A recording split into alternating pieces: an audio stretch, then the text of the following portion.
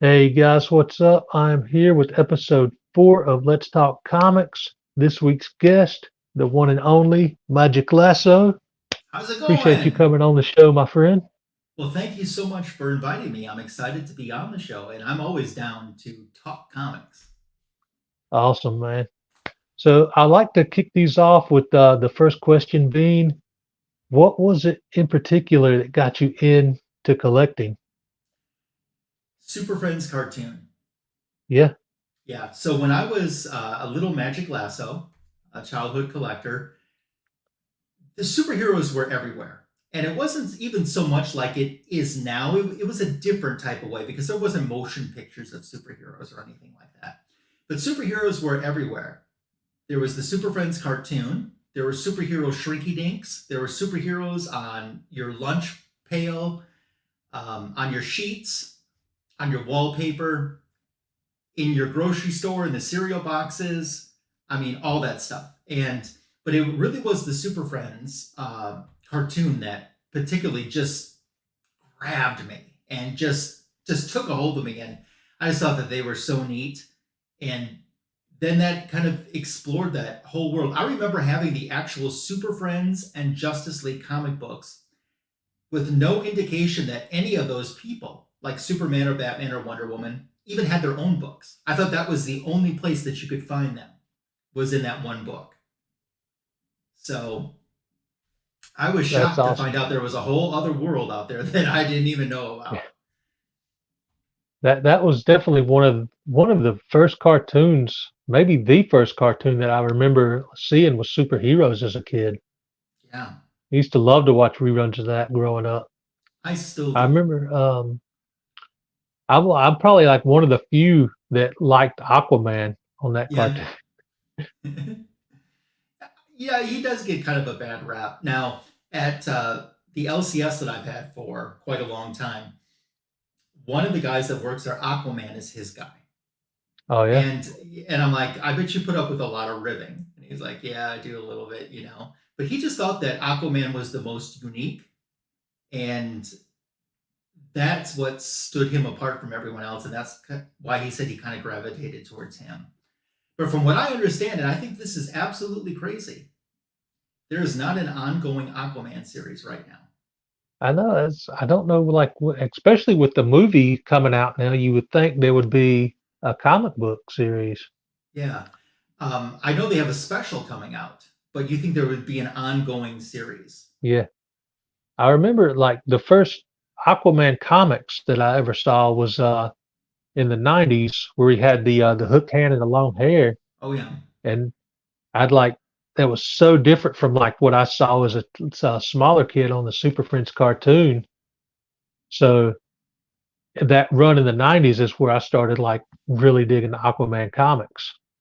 Yeah. Well, they certainly reinvented the character. Hey, Yeah. comics with Murdoch, how you doing? What's Um, up, Chris? yeah. They certainly reinvented the character a lot, and Jason Momoa. Even before Jason Momoa, Aquaman was in an episode of Smallville, and that I was like the remember. first Yeah. time that he was ever like considered cool. You know, Yeah.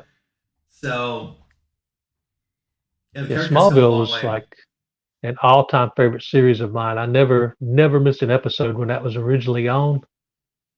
And I remember So the go ahead. Aquaman character. They did a Green Arrow, and then later seasons they brought in the Justice Society, and that was awesome. Yeah. So when Smallville kicked off, my living in small town, the cable didn't have offer the WB network. I think it was then. Then it became the CW. Yeah. Yeah. Um, and it was like 2 or 3 seasons had completed before we finally got it into our cable system. Really? So I would get the DVDs as Christmas gifts. And that's how I watched the show. I watched it a complete season behind for the first 3 years. And then that season 4 hit, and I did not, and to this day, I do not like season 4 at all. And that was the Oh, year really? where Lana had that relationship with the teacher. Oh, yeah. Yeah, I I didn't like can't that. remember his name, but he went on to play on the TV show Supernatural, Was right? it Jared Pilecki? Is that who it was? Can't remember. That might have been his real name. Okay. I didn't like Or that season at all. yeah, And then that was the then the season season got that. better. Yeah, I know that. And 4, that's when they first introduced Erica Durant as Lois, right? I like that. Yeah, Yeah. But yeah. Some of the yes. stuff they did with Lana was questionable in the later seasons. Yeah, exactly. I mean that apparently that was the hottest thing in that town, and and everyone wanted that. So thank you Yeah, so much, Jackson Roykirk, for posting that. Appreciate that. Oh, and by the way, that. Super Russ, Yeah, it's Batter Day. Happy Batman Day. Happy Batman Day. I didn't know until I got tagged on Instagram by Cowabunga Comics, Uh formerly huh. Comic Geek McD. Uh huh. Yep, it's officially that's why I wore it. I saw some people today out and about that had Batman shirts on, and I talked to them, and one of them definitely knew it was Batman Day, so it was planned, and the other one's like, I have no idea what you're talking about, you know. So, I've got that same shirt, but it's a more faded version. oh, you do the distressed Yeah, look, yeah. yeah, classic Neil Adams there. I messed up because I wore a Marvel shirt Oh, today. you did, okay. Yeah. Hey, congratulations, by the way, on what you've done with your Dark Phoenix Oh, collection. thanks. I never thought I'd be able to like get that whole set complete, but I got just real patient and just found some great deals on some lower grades. So, what made you interested in picking that Sega? Had you read a trade of it before and then wanted the originals, or what was your I motive? Or originally was it watching Omni X-Men? What was it? No, I originally discovered the Dark Phoenix from the animated series back in the '90s, Sure. and I didn't start collecting comics until '93, so that had obviously like already passed, and Hmm. I never found any of the single issues, and then geez, maybe just 3 years ago, finally picked up a trade paperback of it, and I've read that thing at least a dozen times since I bought it, and it just really made me decide to go after the single issues and get those. Yeah, it's It's good, just it's and easily my favorite storyline. it's my favorite Marvel storyline for sure. Yeah, And I reread that correction. about every year to year and a half.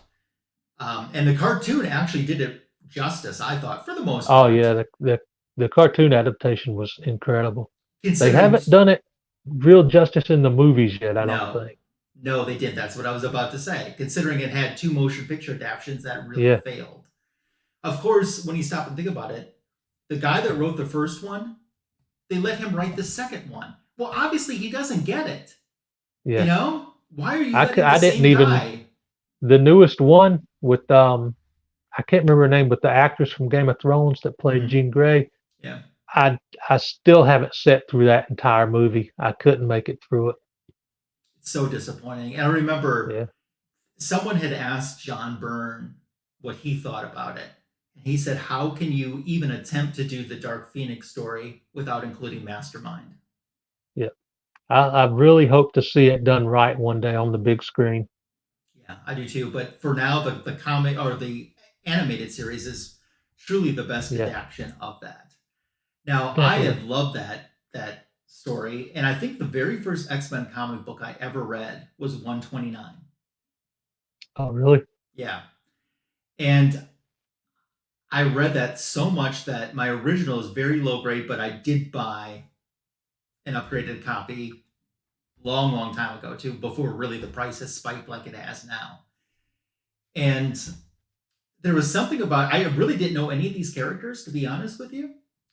But with Phoenix, with Jean Grey, I'm like, something has happened. Something is happening to this woman. Yeah. What, you know, and I'm like, what is happening with this woman? And then I didn't get another X-Men comic book to until I want to say, is it 141, where it's Welcome to the X-Men, Kitty Pryde. Hope you survived the experience. Oh, yeah. I want to say 141 was the start of Days of Future Oh Past, yeah, you're that right. So two-part story. 140, Yeah. 140. Actually, I might have to take that back. I think I got a 136 with Cyclops holding Jean on the Oh, cover. yeah. And then I had that. I'm like, oh my gosh, something has really progressed with her. And then I didn't get another one until 140. And then I'm like, where is she? I had no idea what was going Yeah. on. I'm not sure how. I mean, I don't think she stayed like gone very long before they brought her back. I can't In remember the real issue people where she time, it came kind back. of was. See, the thing is, this is what I've noticed from watching that Omni X-Men show that John's Comics with Kids and Justin No Good Comics do. Yeah, When you're reading an issue a week, it seems like she's referenced a lot. But in real time, when it takes a year to get through 12 issues, yeah, it hardly feels like she was there at all. So anytime you got something with her, it was like a little crumb thrown your way. But rereading all that so fast, so sequentially, weekly, it didn't feel like that. But I remember in the long term, just to see anything with her on was so exciting. I almost wish though, and I know that their goal was for what happened in 137 was supposed to happen in issue 150, but they got in such a roll that they couldn't slow down. I wish they would have slowed down just to drag that out a little bit more. yeah. And I think the best part where they could have slowed down at is right after she frees herself from Mastermind as being Black Queen. Maybe slow down and then maybe have Mastermind or something trigger the Dark Phoenix. I don't know. But maybe, Yeah. I don't know, maybe in retrospect, maybe that wouldn't have been as good. I just wanted so much more because it was so good. Yeah, it was an amazing story. I was like, I'm trying to think. The first X-Men comics I remember getting were part of the Onslaught storyline. Then I went back and I got some of the Fatal Attraction storyline where Wolverine had the adamantium removed, Mm-hmm. and I can't remember if Age of Apocalypse came before or after the Onslaught story, but that was another good one for me. Yeah, very cool. Hey, But, Kali. yo, what's up, Kavi? I tried to get into the new X-Men run when Hickman started, but I couldn't get into it. So I just because that was the first new X-Men that I tried reading since the Onslaught storyline back in like what 96, 97 maybe. Mm-hmm. Yeah. So I stuck with like the older X-Men, the 70s, 80s, and 90s, and that's just my favorite era from X-Men comics. Yeah. I think, two issues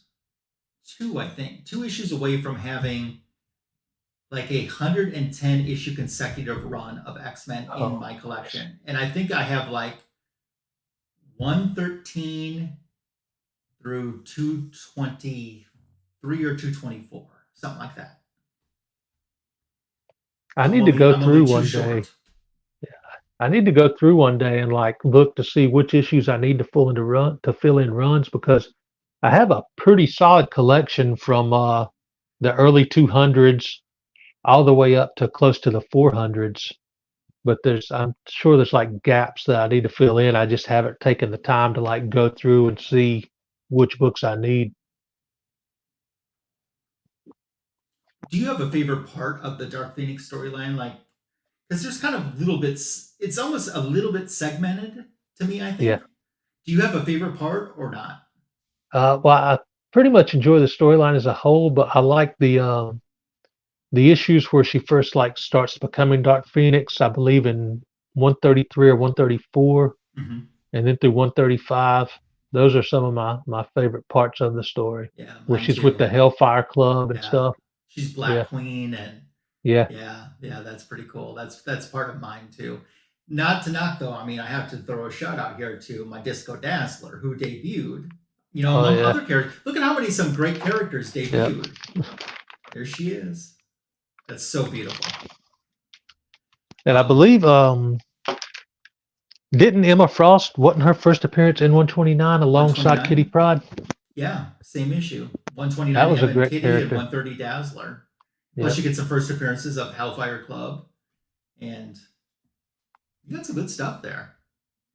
Those were definitely some of the issues that were like the hardest for me to put together. Sure, the I know key. when I started with 134, the first Dark Phoenix, because that was got generously A-OK to me by Daymares, and that was like the Cool. first piece in the collection. Yeah. And then I started picking them up from there, and finally went back what like maybe 4 months ago when I found 129 and 130, and then finally finished it off.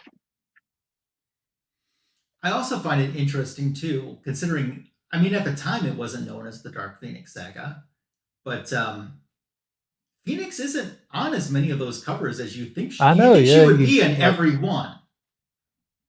I don't think she showed up until issue 134 on the cover, Well, she's in the and then little bit of the corner on 130 there in the lower right corner. oh yeah, But I mean, she's not the star, of the cover. So yeah, Dazzler took that. yeah. Hey, Jackson Roy Kirk, I saw a chance, and when you see a chance where you can insert Dazzler, you take the chance. And keep in mind too, we have been streaming for over 16 minutes, and I have barely brought up Wonder Woman. That's very true. Which that could lead into the next question: favorite comic book character. Wonder Woman. I had a feeling that would be it. Look at her, foiled out of her Oh, that's mind that there. beautiful foil cover for the Yeah. George Perez book. Yeah, they just released this a few weeks back, the facsimile. That's awesome. And something about that foil is just, I see that boo down there. Stop being an owl. But yeah, I love those foil covers, man. so do I. Something about it just, Yeah. yes. Um, as Miranda Priestley would say, florals for spring, groundbreaking. Yeah. That's the one thing that I've regretted from stopping collecting new books, all the facsimiles that I've missed. And they certainly are putting out a lot. I love the facsimiles, but it's getting to the point that they're putting out. I always like to buy any facsimile because I just enjoy it. They're putting out so many that I almost can't even afford to get them. So now I have to pick and choose a little Yeah, bit that's between what I true. want. I think the last one I got was the Action Comics one facsimile. Oh yeah, I did get that too. There's some Batmans that they've been putting out too. Some of the introductions of the villains and stuff too. I haven't gotten them, but I want to. I did get, and I don't know if I've ever read it, and I haven't read it yet, but I did buy the facsimile for Doom Patrol's first appearance. Oh, nice. They're I, throwing I shade don't at me, know. Russ. They're Yeah, throwing shade at me. I don't know a whole lot about Doom Patrol. They're like the DC X-Men, even though they came just a couple months earlier. Really? Oh, they Yeah, came out before the. I didn't know that. slightly, just slightly. But I mean, their leader is a man in a wheelchair. Uh, They're freaks, human yeah. freaks. Um, yeah, it's there's a lot of similarities between I them. didn't realize they had been around that long They have. because I don't I didn't even hear of them until they did that show on TV show, the yeah. DC streaming show Now service. the group has really evolved a lot from the Silver Age to what you see now. Um, they're a good group though. There's some interesting Yeah. stories. So the second incarnation of the Doom Patrol, which came in the Bronze Age, was, I'm not going to say it's bad because that's not true. I guess it's just a little too different for me from the original and the current. So it's unique thing. Hey, Crystal. Hey, Glitter. Comics with Murdoch has a great question. Yes, what is it about Wonder Woman that makes her your favorite character? So I've been asked that before, and someone actually told me. Someone else, Comics for Thomas, actually answered this question for me, and it makes sense. And I never heard an answer until he said it. I went, that makes sense. Why did I pick Wonder Woman? I didn't. She picked me. Yeah. I don't know. I can't explain it. Probably because she stood out so much because they're on Super Friends, she pretty much was the only female. Oh yeah. Um, I don't know. I can't pinpoint what it is. And even going back, some of her books I just love, but don't get me wrong. She's had some periods where her book was Really? not good. I mean, there's some stinkers in there. There's some Silver Age stuff that is really bad. And there's some Silver Age stuff that's really good. There's Yeah, some stuff Silver even Age can from be hit and miss for sure. there's some stuff even, talking more modern, just maybe about 5 years ago, that was not good. It just was not good at all. Hmm. And I haven't read every Wonder Woman story, but I've certainly read more than the average person. And I know a good one and I know a bad one. That's bad. I know I was at a discount store recently, maybe 3 months ago, called Ollie's, Yeah. and I saw a Wonder Woman omnibus from the mod era, and I so regret not buying that because it was only like $30. Ah, that's the one I saw. I don't 'Cause have an Ollie. I've never read the stories from that era. I don't have an Ollie's near me, but this price was so good that I had a friend pick up two of them and mail them to me, and I still saved money because these were Oh like yeah, $125 originally. I know. Yeah, that's like I bought a couple years ago. I bought the Guardians of the Galaxy omnibus at Ollie's for like $20. It's You like, can't beat that. And the other Omni I picked up at the same time was War of the Gods omnibus. oh, nice. So getting the two of these and having them mailed to me was still cheaper than if I would have bought one at the regular Bought price. one new, yeah, Yeah. yeah. I've been trying to find a that so far that's the Guardians is the only Omni I have, but I've been trying to find a good deal on the Death of Superman Omni because it has the death, the reign, the return, all of it in one omnibus. Yeah. So jumping back to that mod era is what they call Yeah, it, the mod era Wonder Woman. All of those were back issues before I was ever born. So, but I would buy some as a childhood collector as back issues. And as a childhood collector, I hated them because I think I really. wanted the costume, I wanted the colors, Oh I yeah, wanted the the powers. powers. Yeah, But when I reread them as an adult, they're pretty. There's a couple clunkers in there, but most of them are pretty good. Most of the stories aren't bad. yeah. I've heard good. I know you did that show with Shebab, Silver Haired Bronze Yeah, Age Babe, and I learned more about that era from just watching that show than I ever knew before. yeah. That really made me want to like get in there and start like checking those issues out. That Omni is a good place to do it because I think everything but one guest star appearance, and then her in like some 1 or 2 page panels from like Justice League. But everything else is in that Omni from that era. I really think though that DC creators, and this is just I've never read this. This is just my assumption. Okay. I think that some of the DC creators at the time really missed the powered Wonder Woman because if you look, when they would do the annual JLA JSA team ups, a lot of times the Earth 2 Wonder Woman was there. So it was their excuse to Oh get yeah, her back in the costume and have that character that was familiar. Nowadays, a big company will say, you can't use that for our branding purposes. She has to be this, but they didn't think that way back then. I think she really was missed. But for those yeah. that don't know, and I'm sure this is old news for many people, Wonder Woman got powered again because of Gloria Steinem. Really? Yeah.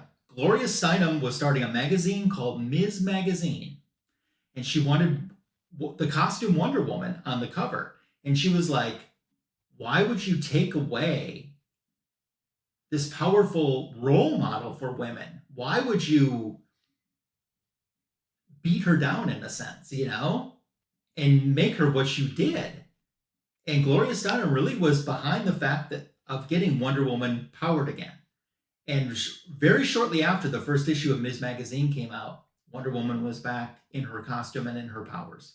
That's awesome. I wonder how long they would have kept her that way without that happening. Yeah, I wonder too. Now, those were Denny O'Neil stories, and Denny O'Neil's a pretty good writer. I did see an interview with Denny O'Neil where he was asked, "What is your biggest regret in comic books?" And all he said was Wonder Woman, and he wouldn't elaborate. Stories were good. Yeah, I don't know, but also that period led to a really good storyline in Wonder Woman called the 12 Labors. So Wonder Woman comes back. She doesn't know that she's been depowered because the Amazons were renewing their energy or their powers or whatever on another land. So since they didn't know what happened to her, they eliminated that entire time period from the memory tapes. uh, And then she finds out that she had been depowered. She doesn't know how to react. Justice League's like, "We want you back."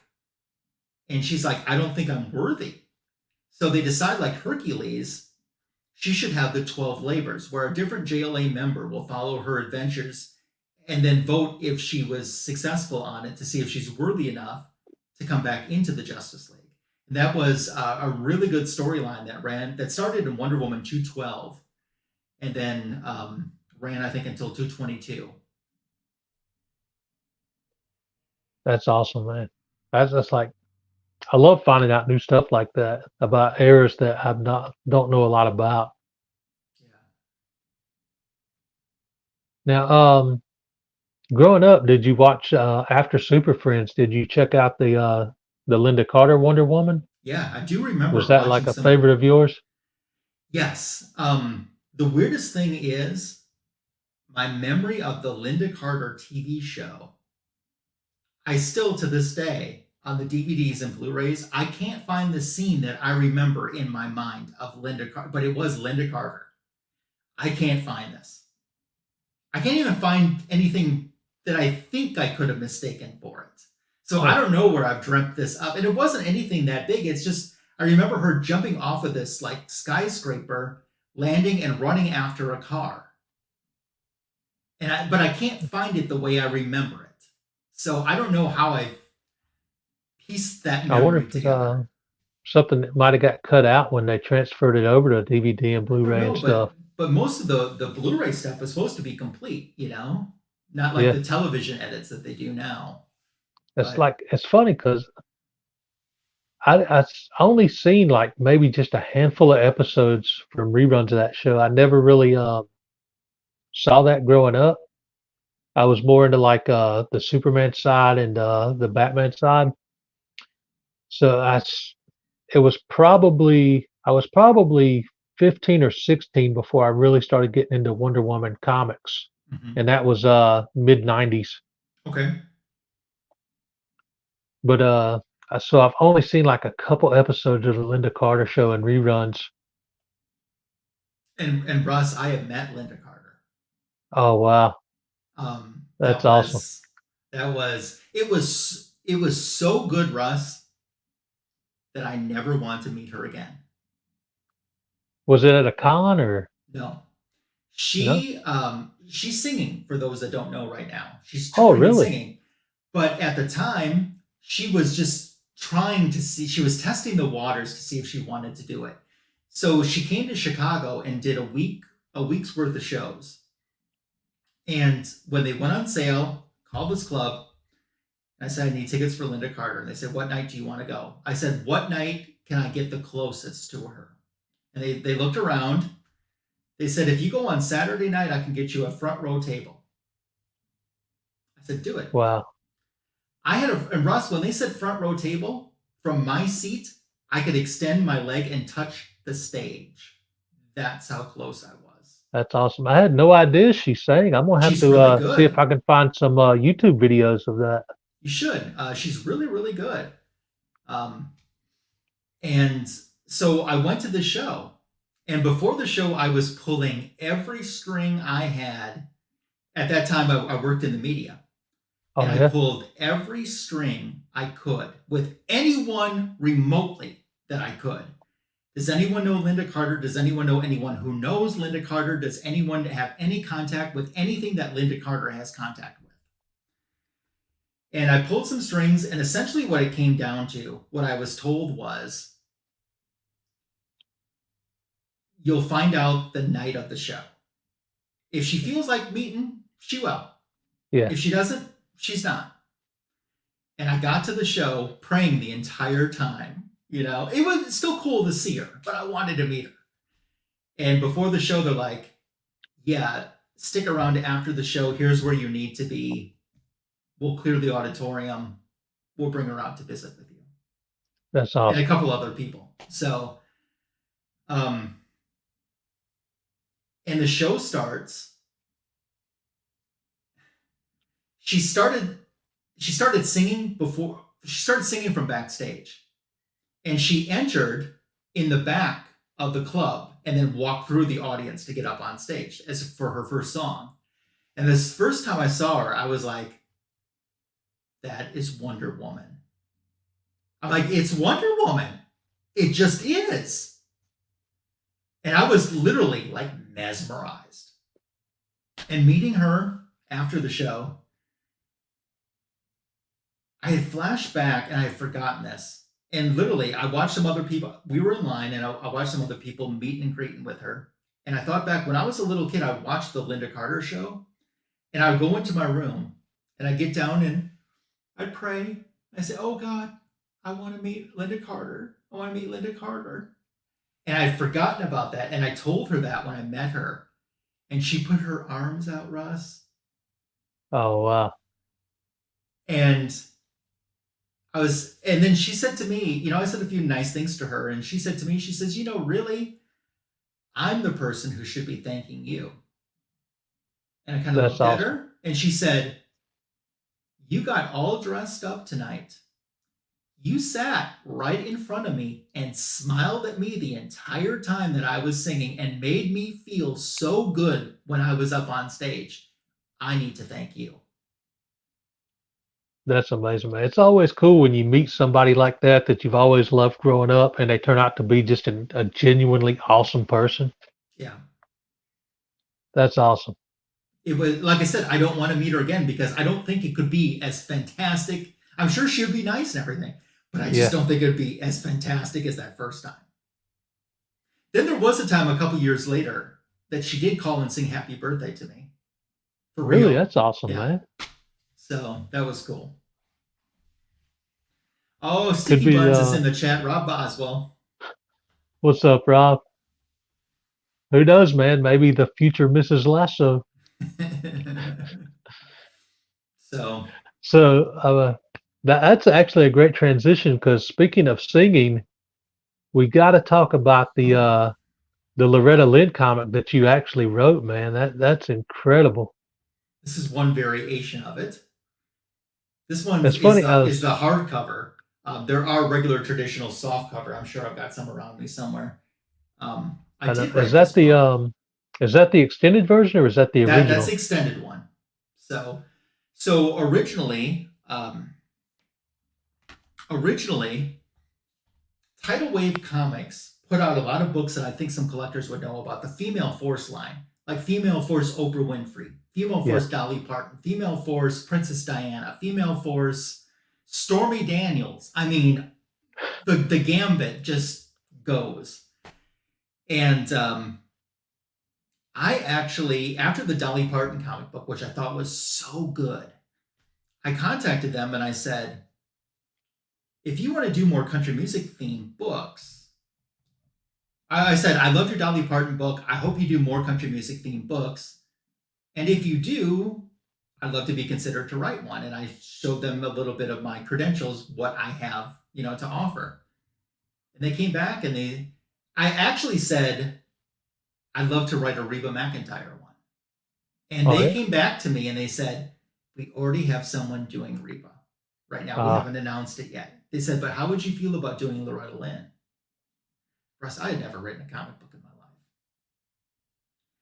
And I said, sure. I said, I'll tell you what.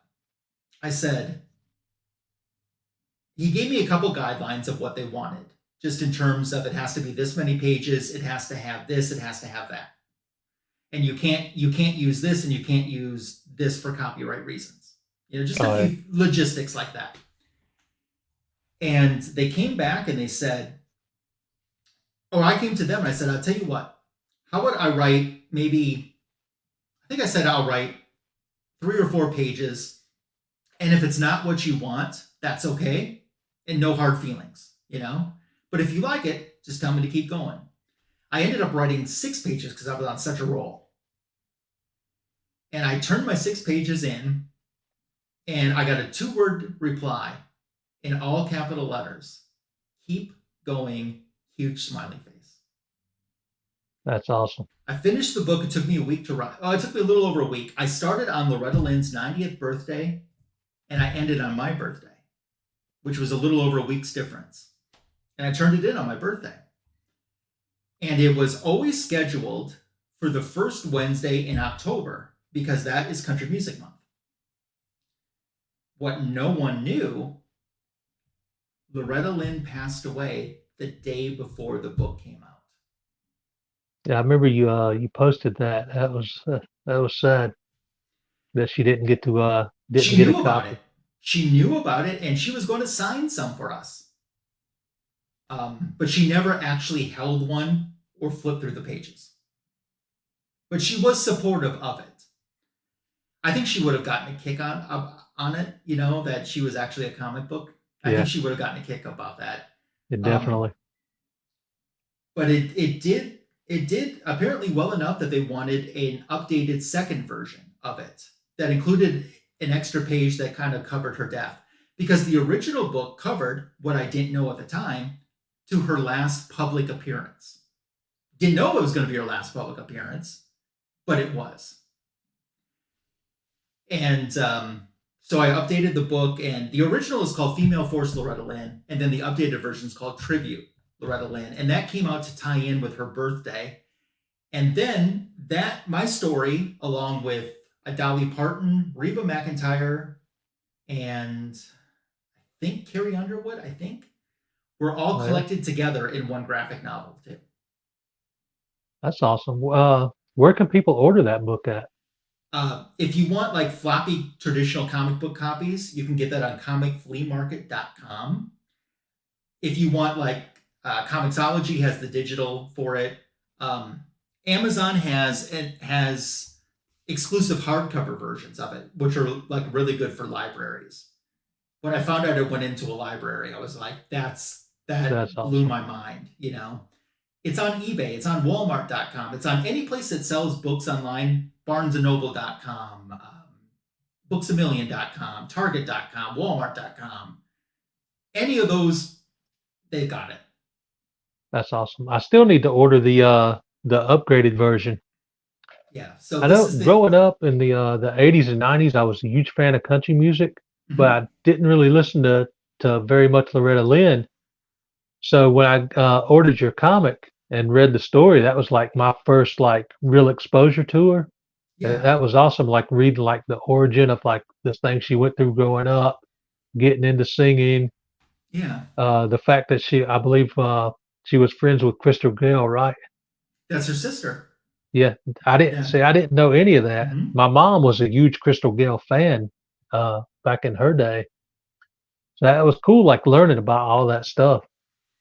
I think it's interesting that, and thank you, Jackson Roy Park, for putting that link up.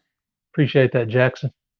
One of many interesting things in her life, Loretta Lynn had besides being a successful solo singer, she had 10 years worth of successful duets with Conway Twitty, Conway and Loretta. When Conway Twitty died, he had an aneurysm on his tour bus as he was headed back to Nashville. Out of all of the places, Russ, in the world that he could have been that day, where was the closest hospital? It was a hospital in Missouri where Loretta Lynn was there with her husband, and she got to see him right before he passed away. Now, this guy could have been anywhere in the world when this happened, And here, the closest hospital is the one that Loretta Lynn is in. It's not even in Nashville. It's one of those things that was meant to be. Yeah, it was. Did the audio go out? No, no, I think you're Okay. good. Okay. But thanks I for got a bringing little up the flash book, on the though. screen for a second. I'm very proud of it. Thanks for bringing that up, and thank you to Yeah, everyone that's that incredible, supported man. it and bought a copy or two or 15 or every cover or whatever that. And to see too, last year I donated the very first copy I ever signed. I donated to Comics Curing Cancer, and someone Oh, bought that's it awesome. on there, and that you don't know if anyone's gonna buy it. Yeah, And they did, and it got to go for that charity, and I was like, that almost brought tears to my eyes because I was yeah. so appreciative in many levels. That's awesome. That's like another great thing about the community. They're always there for just incredible causes like that. Yeah, but this community is so fantastic. How blessed I am to have made the friends, including yourself, in this community that I have. And my God, you guys have been there for me when you didn't even know you were there for me. So That was just, yeah, I said on the last episode when I was talking to JoJo, if it wasn't for YouTube, there's so many people that I just never would have just met and just exactly, created so many like genuine friendships. It's yeah, just amazing, like the world that YouTube can open up. yeah. And thank you, Rob. I see that he just bought two. That's awesome. Awesome, man. Thank you. That's cool. Yeah, but the community is so friggin' fantastic that Oh, absolutely. I never, because I had been in other communities, so to speak, Wonder Woman collectors or Yeah, TV show on DVD lovers, but it's not like this. yeah. There's There hasn't nothing been, like this. yeah. I know when I The, started, I was like just Funko Pops back in like 2017, mhm. and there was maybe four people that was cool, and the rest of them like nobody cared about like at the time creating a community, helping each other out. Everything is competition. Yeah. When I discovered the comic book community through Matt, the boy who had seven, immediately everybody just treated me like they knew me forever, man. It was incredible. Yeah. So hats off to you guys for everyone being awesome. And I have so many great friends, but you know what? Same with you, Russ. The same thing I'm about to say, I'm sure you can say applies to you. We have so many great friends in this community, but we're still going to make some more. Oh, yeah, We have absolutely. great The friends we communities, haven't yeah. made yet. It seems like the community's getting bigger and bigger every Yeah. week almost. Yeah. It's awesome. So that was pretty cool. Definitely. Let me ask you two questions that I want to make sure that I Okay. ask you. Since this is episode 4, outside of the the founding 4 members of the Fantastic Four, who's the best who's the best member of the Fantastic Four that's not an original? Oh gosh. That's hard. My first two thoughts were was She-Hulk and Spider-Man, Okay. because I just like the first thing I remembered was the Bagman costume for Spider-Man. Yeah. And then the issues with She-Hulk of the comic were great. It's hard to choose between those two as a favorite like fifth member. For me, I think I'm going to go with She-Hulk because those, like you said, those issues were just so good. Yeah. Also, don't hate me for this. I just talked about how great the community is. I'm sure they're going to throw rocks at me for what I'm about to say. I'm not the biggest Thing fan. Really? No. It's not that I hate him. He's just not my favorite. Yeah. So Of the main group, like Human Torch is probably my favorite from the main group. mhm. I also like though when Medusa was part of the Fantastic Four. I think she was the first one that came in that wasn't an Oh, original. really? Yeah, and I think that's an interesting dynamic too because she started out being an enemy of them. Yeah. and now Well, I she's know. I finally mean, with the some. Inhumans, they were introduced through Fantastic Four. Yeah, they sure were. But she was on before the Inhumans though, because she was one of the Frightful Four. Or I was it didn't know Frightful that. Five? I can't remember if it's four or five. Yeah, she was a villain. So Medusa's first appearance predates the Inhumans. So yeah, That's Crystal, some new forgive knowledge. me. I had no idea. Yeah, Crystal, Crystal, not glitter and duct tape Crystal, but Crystal, the Inhuman. She was a member of the FF for a while. See, notice I had to clarify there. If those are orange rocks, I mean, I don't expect those to be orange rocks that they're going to start throwing at me. So Get out the pitchforks. yeah, Yeah, but I guess I would lean towards She-Hulk more because I think she was in more issues than Spider-Man. yeah, she was in a pretty good run of issues. If I'm not mistaken, the first time Spider-Man appeared was in the What If series. What? I think so. Yeah. What if number one? What if Yeah, Spider-Man joined the the Fantastic first Four? series of What If. Yeah, Yeah, I got that book just a couple years ago, and it seemed to explode right after I got the book. So I was so lucky to get it. I have it in a really nice grade too. So I know. I love that series. Like growing up, it was the second series of What If from the '90s that I started with. mhm. But I went back and I found like some older issues in like the dollar bins at flea markets and stuff. So I used to have a pretty good run of that. I I never had the first issue that I can remember. I think I'm trying to remember. I think the first issue I found of the original series was What If Elektra Had Lived. Oh yeah. I believe that was the first one I picked up in the original series. Mhm. And isn't on the bottom, what if Electra had lived and Yellow Jacket had died or something like that? Yeah, yep. Yeah. I still have that book Yeah. in Hey, one of these werewolf. boxes. Yep. Yep. Hey, Hey, werewolf.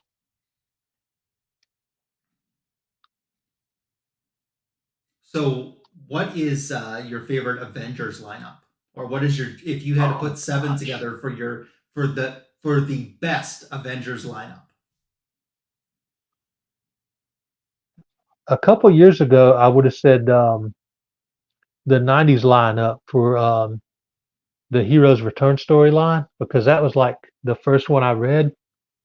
But I've gone back and I've read some of the older Avengers. Gosh,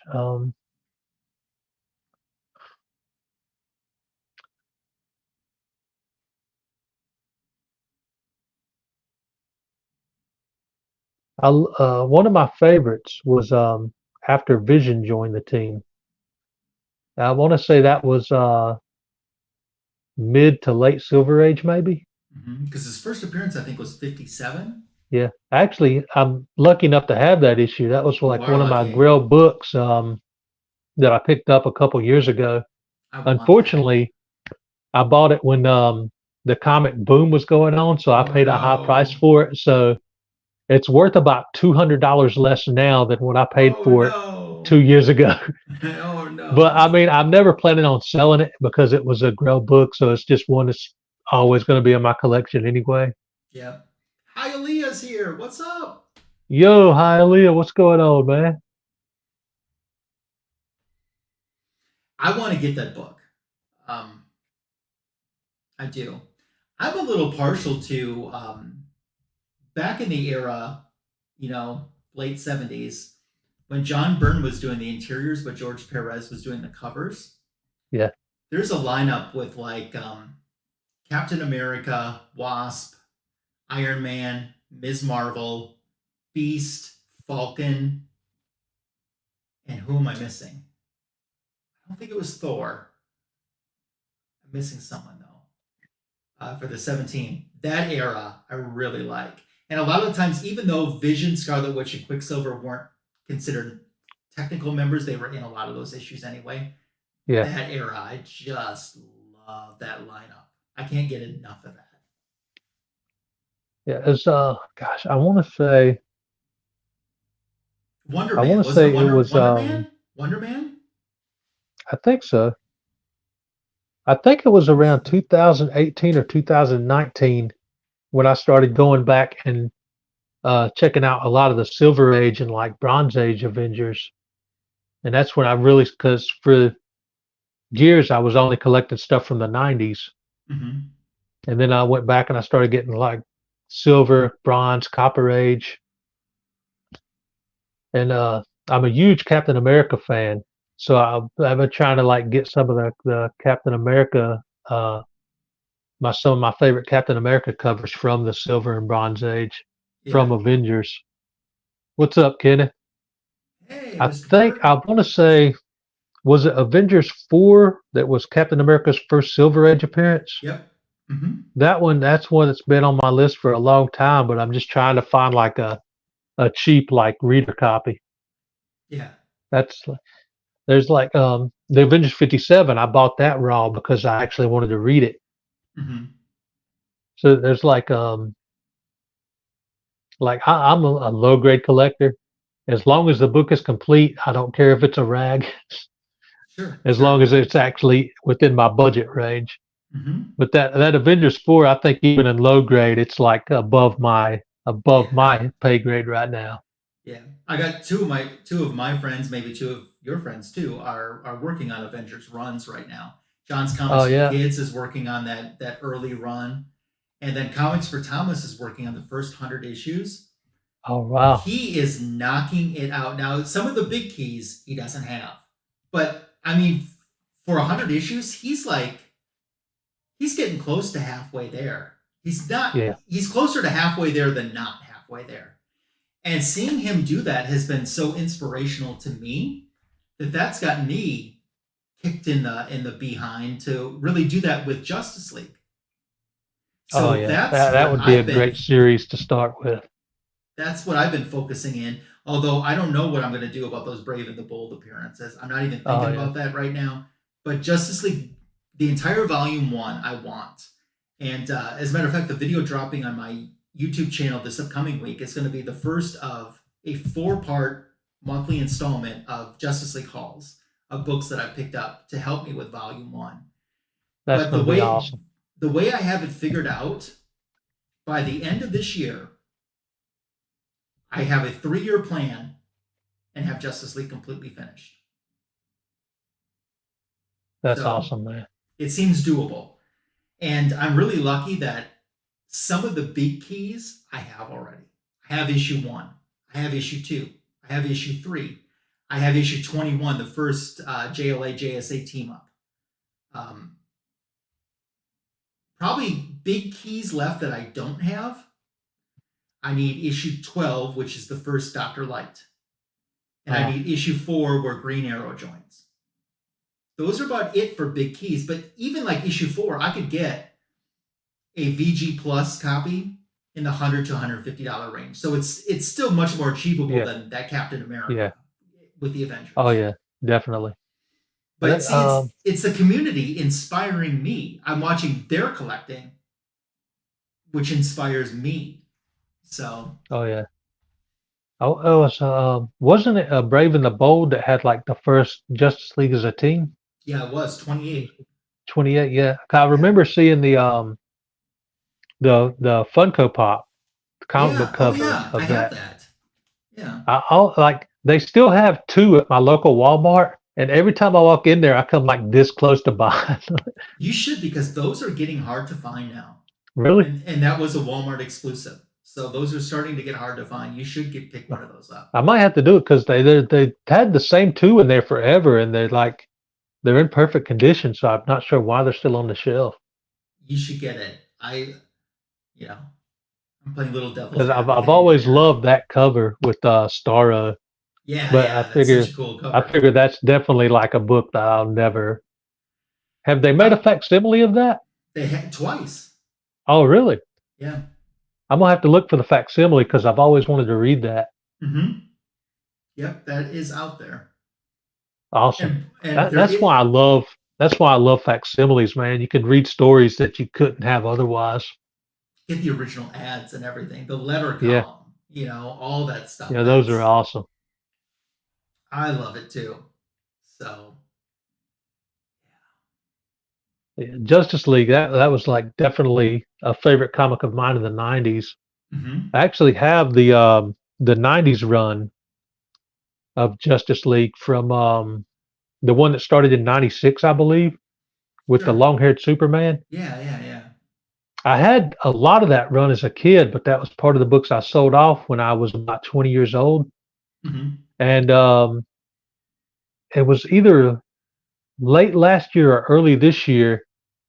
Brian LCS AOK'd me a near full run of that. I couldn't believe it. It was Oh, like it wow. was came in two separate AOKs over a couple months, but it was Yeah. like 100 book run. That's awesome. So it's like so awesome to have the because I never had the full run. I just had a big chunk. So now I've got hmm near the full run of that '96 series. That's cool. That's awesome. So Did you ever yeah, the see, community's definitely been a blessing. for sure. Did you ever see, and this was, I just saw this passed around online. It wasn't like a real cover, like a real published cover. I think it was a commission someone had done, but it was that Justice League cover was Starro, but instead of the Justice League, it's the Teen Titans. Oh, that's awesome. I haven't seen that. Yeah, I'll try to find that online and at least DM that to you so you can check out the All image. right, It's a pretty appreciate cool that. cover. I Yeah. love those covers, even if it's a sketch cover or just an homage. hmm I've always been a fan of those. Yeah. Do you have any I know, sketch covers in your collection? just two, and both of them came from Kenny, Comic Cat Oh '84. yeah. Yeah, I have some of Yeah, his stuff. one he AOK'd to me a road cover, Uh-huh. and another one I won in a giveaway, a Scarlet Witch cover that he did. Oh, nice. Yeah, But the He AOK'd me one, and I won one as well. yeah, that's he did some great covers, man. I was like a huge Rogue fan. That's like Rogue and Gambit are my two favorite X-Men. Yeah, And I guess somehow, I don't know if he heard me say it in a video or what, but he sent me an AOK one time, and that Rogue sketch cover was in there, and that was amazing. that is so cool. He did. I won Jubilee from him, where she's blowing the bubble. If you remember the one he Oh did, yeah, where she's blowing the bubble, I won that, and then he AOK'd me Disco Dazzler. awesome. Yeah, so that was 80, pretty. Kenny is such a great dude. He is. I have never done a live stream like we're doing with him. I've Yeah. only been in the chat when he's done a live stream. I want to collaborate on something with him. I want him on Fanboys. Oh yeah, I really I know. do. It's he hasn't done very many videos. He did one recently where he got the new Marvel Masterpiece cards. Yeah. That was really cool seeing those. Yeah, I love that he's got that set up now with the keyboard Yeah. and everything. And I don't know if you saw one of his streams, and it is archived on his channel, but he was messing around with the keyboard and he was adding these beats and stuff in the back. But eventually, when he got done, he played, although in a much not just a solo piano version, but with a little drum loop and beat in the back. He played the theme to the old Incredible Hulk TV show at the end. I think it's Oh, called that's The Sad awesome. Man, with that piano music, Yeah. that sad Oh piano yeah. I music. used I used to He watch that played show. that. Yeah. It That's was so awesome. cool. Kenny is so insanely talented. It isn't Definitely. funny. Yeah. But you also I think. mentioned Superman just a bit ago. Yeah. Superman 1978 comic book. When you read that, could you not hear Christopher Reeve and Margot Kidder's voice in your head? Absolutely. Yeah, that took Isn't me that like right back crazy? to that era. I love Yeah. that. Like as soon as I heard that announced, I knew that was like a set that I was going to go after because I was see the movie. I think the movie actually came out in '78. hmm I was born in '80, so I saw it when I was about 6 years old in '86, and that was like my first ever introduction to Superman at 6 years old was the Christopher Reeve movie. And it was still like another 6 years after that before I got to the comics. But that movie made me fall in love with the character of Superman. Yeah. And still to this day, Christopher Reeve is my number one Superman. So when that series came out, I had to get it. Of course. Yeah, I Yes. could definitely like hear their actual voices when I was reading the Me comic. too. Me too. Did you know, Russ, that they're doing a sequel to that? Oh, I didn't know that. There is. I think. I don't think it's this year. I think it's early next year that there's going to be another Superman 78 limited series coming. Awesome. Yeah. That that will Yeah, that'll probably be the first new comics I buy again when that Yeah. series I comes was going to out. say, I know you don't buy a lot of new comics, but Yeah, that might that'll trigger definitely that. be. I might even try to pre-order those just to make sure Yeah. Yeah, for sure. whenever it comes available. And next week, I don't know how much you keep up with, even though you're not buying new comics, I don't know how much you keep up with what's going on. But next week on Tuesday, we are getting a brand new volume, brand new #1 of Wonder Woman. We're getting Wonder Oh, Woman. really? This will be volume 6, issue 1. And that comes out on Tuesday. Tom King is writing it, and Daniel Samfier is doing the art. He's really good. He's a really good artist. So the I might have art to is check that really out. good.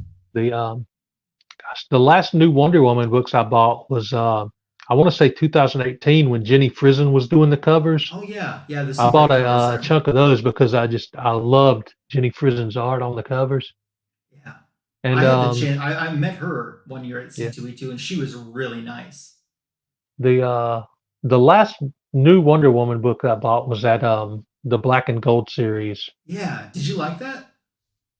Some of the stories in them I liked, and some of them not so much, but they were Yeah, okay. But yeah. some of the It was stories hit were or definitely miss. better than others through the Hmm. series. Yeah, for sure. The gold was pretty cool though. I mean, that stood out. Yeah, You know. and I loved some of the covers they did on that. I think Joshua Middleton did a few Yeah, covers. yeah, for sure. I pre-ordered some of the Carla Cohen covers that for I issue one remember that she that. did. Yeah. Hmm. Yeah, Yeah, I've that's actually awesome. thought about trying to get another giveaway with the 9.8 that I have. Hmm. You give that I up? did like several months ago. I was trying to start a giveaway to get to the road to 2K, and then the channel just stalled out, and it's like 6 months later, and it still hasn't happened. Oh no. Yeah, but I'm close to 1900 now, like just 21 away from 1900, so I may do it for a 1900 giveaway. Awesome. That's cool. Yeah, Your boy here is because still trying to hit. I have two or three raw copies of that Carla Cohen cover, Oh, you do. Okay. and I have Upgraded one. the regular cover too, the A cover. Yeah, that's pretty So awesome. yeah, I'm still trying to hit the 1K mark. I That's my can't believe you goal. haven't got there yet. It's okay though. I mean, I guess it will happen when it does happen. I tell Yeah. you what was frustrating though. I did a YouTube short. I do a weekly YouTube short called the Back Issue of the Week, and one of my shorts got 18K views. I mean, that's a lot of Oh wow. views for a Yeah. short. And my subscriber base took a huge jump at that moment. And then like YouTube started punishing me Oh yeah. YouTube. They always for, do that when you get like a chunk. They always whittle it back down. and it's always been hard for me. I still think I should be up at least another 50 subscribers than what I Oh, really am. absolutely. So it's it didn't discourage me like in terms of like I'm not going to put out content or nothing like that. Yeah. I'm not going to let something like I'm not going to be dictated by the numbers. I'm going to put out content because I enjoy doing it. Oh yeah, absolutely.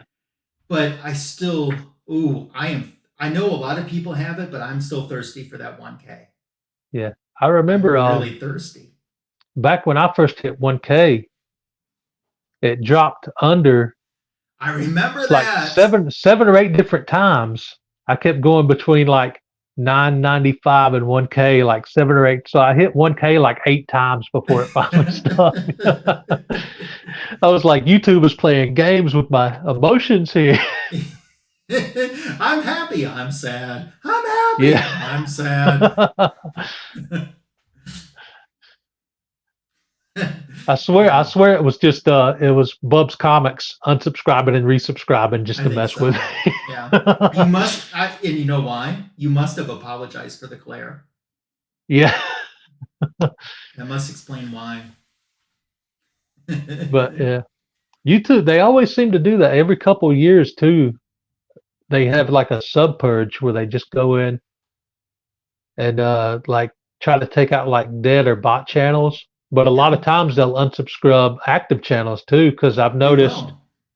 I'll go like a couple of weeks without seeing a video from somebody, and I'll be like, that's odd. I mean, and I'll like click Hmm. on their channel, and it'll say I'm not subscribed. You're like, What are you doing, YouTube? well, Dinky, I'm not subscribed. You know, Yeah, it's like I know. that It's like happened I've to been me subscribed once. to it for years. Yeah, That happened to me once, and I was trying to. I think it might have even been Justin No Good Comics channel, which I frequently am on. And then I was like, not subscribed. And I literally like said out loud, how stupid are you, YouTube? I'm on Justin's channel all the time watching. yeah, yeah. It's done that to channels I watched all the time. It did that. It unsubscribed me from Simple Simon Yeah. before, and it's unsubscribed me from the Gray Man and a couple other people that I just had to like resubscribe to. Hmm. Whatever. Yeah, YouTube, man. Yeah, it is what it is. So tell me some of the books that, and I want to talk realistic here, okay? What are Okay. some books that are like in your mind where you're like, you haven't pulled the trigger for whatever reason, but this is why I don't want you to say like, "Oh, I wanted Action Comics #1." Okay, Yeah, I yeah, want you to that say yeah. that if that realistically is in your budget to get. Oh, yeah. Like I'm. It isn't, Let's say you know. this: I'm more than satisfied to have the facsimile of Facsimile. Action Comics 1 Yeah. because all I wanted to do was read it. Plus, another book I bought, I found at Ollie's was this these Golden Age reprints of a bunch of Oh yeah. issues. Mm-hmm. Pretty So, cool. like for older Superman books that I know I'm never going to own because my budget is garbage, I Mm-hmm. still get to read them. Yeah. But as far as books that's realistic to be able to get, Yeah. Fire um, me off like a real random list of books that you're like, I want that in my collection someday. yeah, Superman 233, the famous Neil Adams cover, Kryptonite Nevermore. Oh yeah, yeah, yeah. That's one I've been wanting for a long time, and I almost bought it at Heroes Con, Mm-hmm. but it was like a really ratty copy. It looked like it had shoe marks on the bottom and top, but it was cheap. But I still passed on it because I want a complete. I don't care if it's low grade, but I just want the cover to be complete. I don't Sure. want shoe marks on my book. So Yeah. I passed on that, but that's a realistic one that's within my budget. And the Spider-Man Maximum Carnage storyline, I still need to complete that.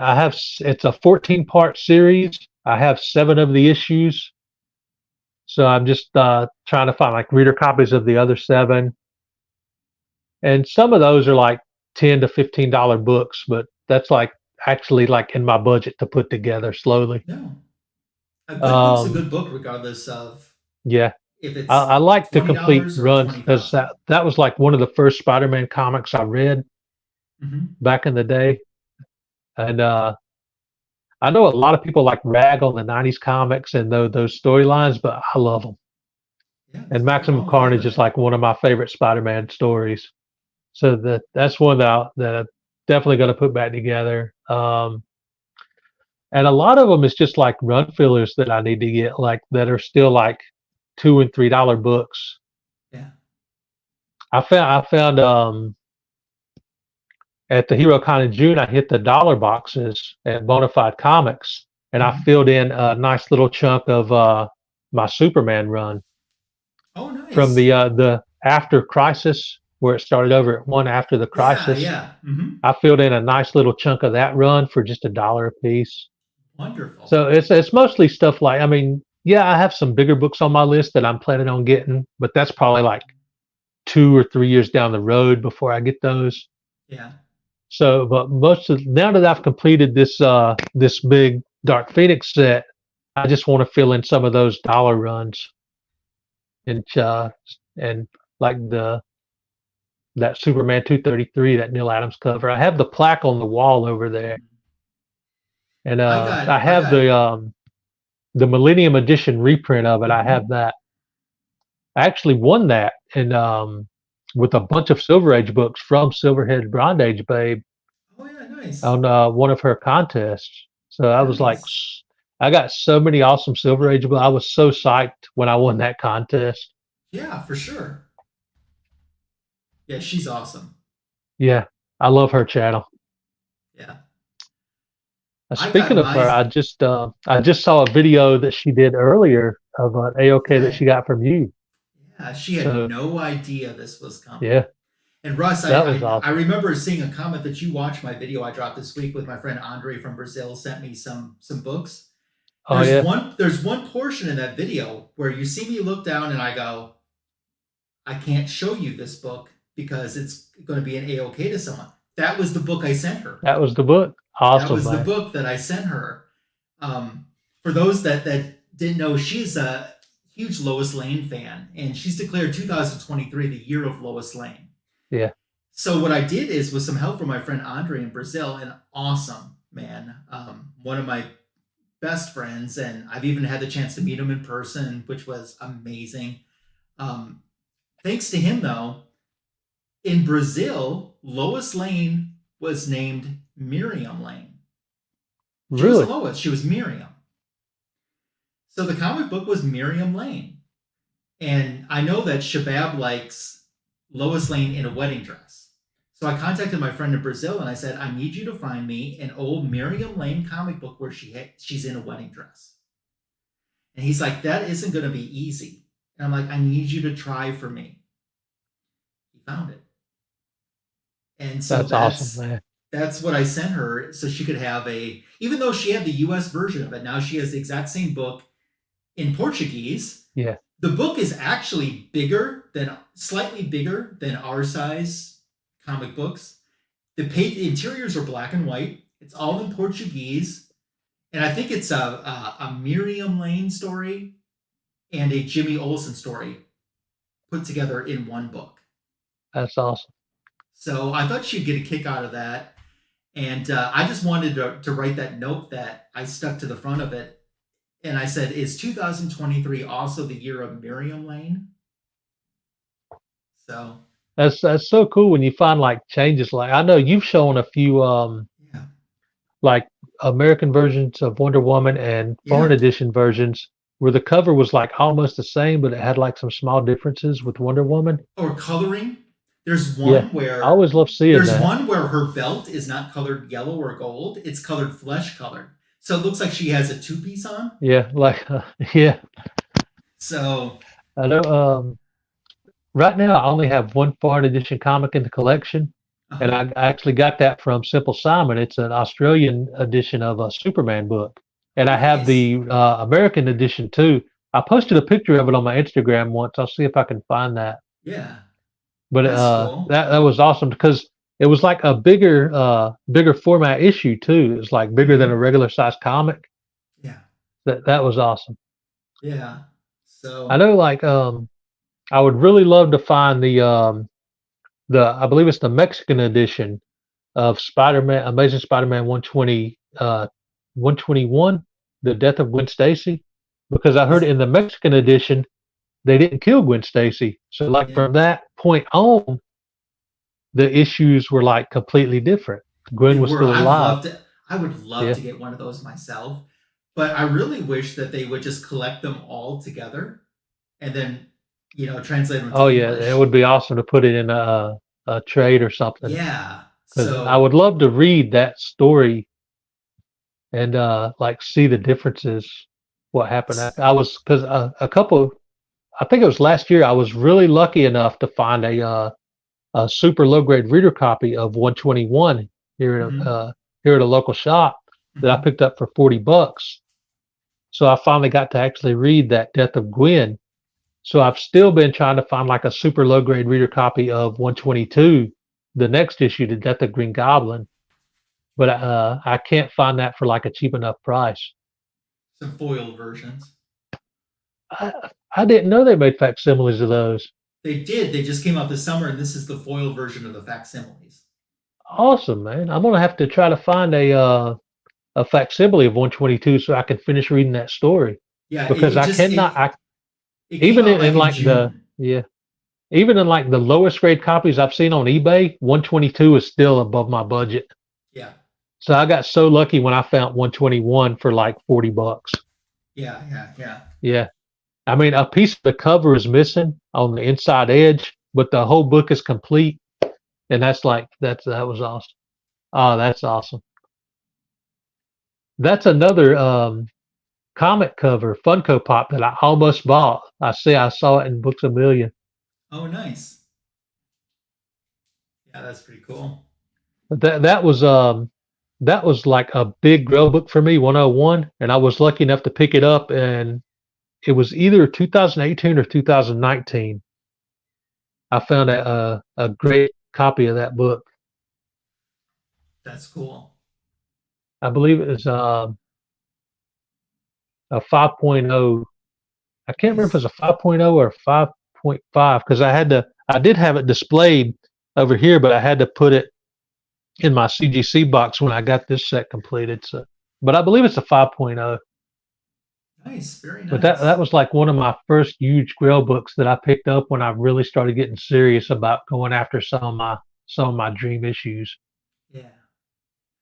So for me, I really want a comics cavalcade, one of the Golden Age ones. Now, they used to publish that 4 times a year each season.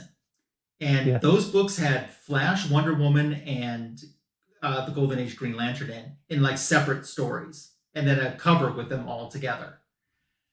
Um, and I think it lasts about 29 issues as superhero, and then it goes to something else that's not superhero for the remainder of the issues. And literally, the price cuts off. Like it could go from in good condition, a $300 to $400 book, and then the next issue in a fine condition is like $15. You know, I mean, Uh, it really yeah. cuts down. I've always wanted just to own one, just to say I've owned one. Yeah. I used to never have a Sensation Comics with Wonder Woman, but now I have a few of those, and I love those. But I really want a Comics Cavalcade, an original one. And it's weird. You don't see them very often in the wild. I went to a collectibles store this past week that I'd never been to, and they had 2 of them, 2 different issues Oh, that's awesome. in the display case. And after I fainted, I got back up and went, I want that. Then they also had something else that I kind of want too. The very first Superman versus Spider-Man, the big treasury. You have that? I You picked it up at dog. Heroes Con in June. You dog. I've never I read it. remember. Is it good? Oh, it's awesome, man. I have the second one. I don't I have the first reread one. this one. Back in the '90s, I had the reprint version. Mhm. It was a regular size comic with a golden border around it. Yeah. I can't remember what year it was. It might have been late '80s, early Mhm. '90s when they reprinted it, but it was just a regular size and it had the golden border. I had the reprint when I was a kid, and that was the first time I read it. And for the last several years, I've been after the Treasury, and I finally saw it at Heroes Con, and I had to get it. Oh, that is so awesome. Yeah, Yeah, this this was the very first Treasury in my collection too. isn't it something cool about the treasury? Doesn't it make it feel like it's an extra special event when it's Yeah, that big? it does. Yeah, it Because yeah, does. It's at the time when I had the reprint, like I didn't know that it original existed. I didn't know about reprints at the time because I was like Mhm. 13, 14. I just thought Yeah. it was a new comic. Mhm. And it blew my mind to see Marvel and DC in the same comic. Who'd have And thought then it'd happen? yeah, then in '95 or '96 they came out with the Amalgam crossover, and I completed that whole set. So I have all the Amalgam books. Nice. So another like minor goal of mine is to try to get all the Marvel and DC crossovers. So I've been like slowly doing that. That's a good So goal. I still need to get the Hulk and Batman Treasury, and gosh, there's a few other Do you that they have did. X-Men and Teen Titans, even though that's not I a do, treasury? yeah, I have Okay. that one. Yeah, I just got that. That was actually A-OK to me by Simple Simon. I Oh, want to say nice. last year, but that was Nice. definitely one that was on the list. So I'm pretty close to completing that. I just need a few of the like bigger issues, the treasuries. I love treasuries. The closest one that I have within arm's reach is this one. Oh, that's awesome. And you know why I wanted this so bad? And here's the back cover. The reason I wanted this so bad is not only because I love treasuries. I saw it on Metarog's back wall, and it Oh makes yeah. me think of Metarog when I see it, and that's why I really wanted this book. Yeah, So now I have watching it. watching Metarog's channel is what got me interested in starting to go back and read some of the silver, the bronze, copper, silver age books. Yeah, that's cool. So I blame Metarog for going down that collecting rabbit hole. Yeah, yeah, yeah, Yeah, exactly. that's another thing. Like guys like Night Tiger, Hmm. he's like within the since I've been watching his channel, I started getting interested in Golden Age books, Oh and yeah. that's hard on the wallet.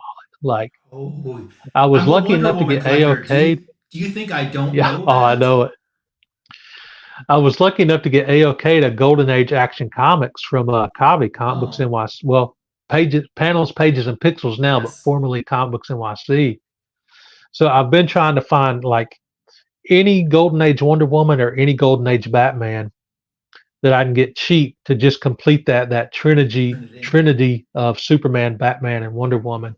He So I've been AOK'd trying to me. find like yeah. He AOK'd me as Sensation Comics with Wonder Woman from Oh Golden Age. really? So yeah, That's awesome. yeah, I know like I got this book too from Ollie's. yeah. The Yeah. The so like Warriors. I still haven't read this whole book, but I've read probably close to half of it, and I'm loving some of these stories too. Some of the Golden Age stories are fun. There's a lot of consistency in those stories, Yeah, which surprised me a little bit. So there's also a lot of bondage in those stories too. I think that's the main thing. My friend Simon, Simple Simon, Oh yeah, yeah, yeah. like The I bondage. know Yeah, one of his big Grail books is I believe it's Wonder Woman issue 200. yeah. Where The she's chained. Yeah. yeah, that's a book he's been after for a while. Hmm. That's a good book too. Yeah, I know. That's another one where I came very close to buying a copy of at the con. He would have been so mad at me. Yeah. Yeah. Nice. Nice. Trying to see what else I. Well, since it's Batman Day, I figured I should show a couple Batman too. So Oh, this is that's the awesome. beginning of a four-part story, and I only have half of the story. But it's one of those where you can enjoy the individual book even though it connects to the next story.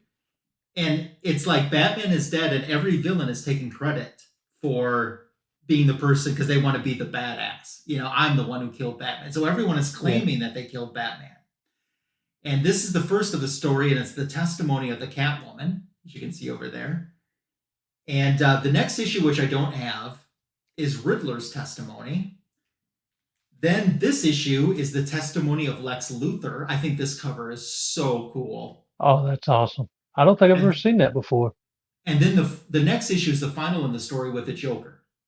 And then you find out essentially who killed, I say killed in quotation marks, Yeah. who killed Batman. That's funny because I remember an episode from Batman the Animated Series where all the villains were just like sitting around and each one was like telling a story about how they were the one that killed Batman. It's I'm probably assuming they inspired. based that. It was I'm probably assuming they inspired by based that. that. Yeah. Yeah. There also is a graphic novel. I'm not sure if it's in print. It might not be in print anymore, but there was a graphic novel about the many deaths of Batman. That all the stories were about times supposedly that Batman was killed, and that 4-issue collection is part of that storyline. But jumping back to this cover, well, both covers actually, I think both of these covers are just so good. Oh, that's awesome. Yeah, definitely. I guess since it's Batman Day, and I showed the other two books, I might as well show this Yeah, I one. got to show the Batman. Yeah. Ended up finding all three of these like Golden Age reprint stories at Ollie's. The deals you Yeah. can find like these I can't remember what these retailed for. weren't those around I don't 40 actually see the 40 to price on the thing, but Ollie's they were like they were $6.99 or $7.99. I can't remember. for It's like, hardcover? yeah, how can you pass up on that? Yeah. It's like I've got so many like awesome stories from Ollie's. I wish I had one near me. Do you I can't have believe like half price books? no, I think there's one in Charlotte, but Okay. I've never been to it. Okay, because I have half price books at least. So Yeah, so maybe it would be. I looked it up one time and I can't remember exactly, but I believe it said something like it was a 45-minute drive or so. So okay. I've never actually been there. Yeah.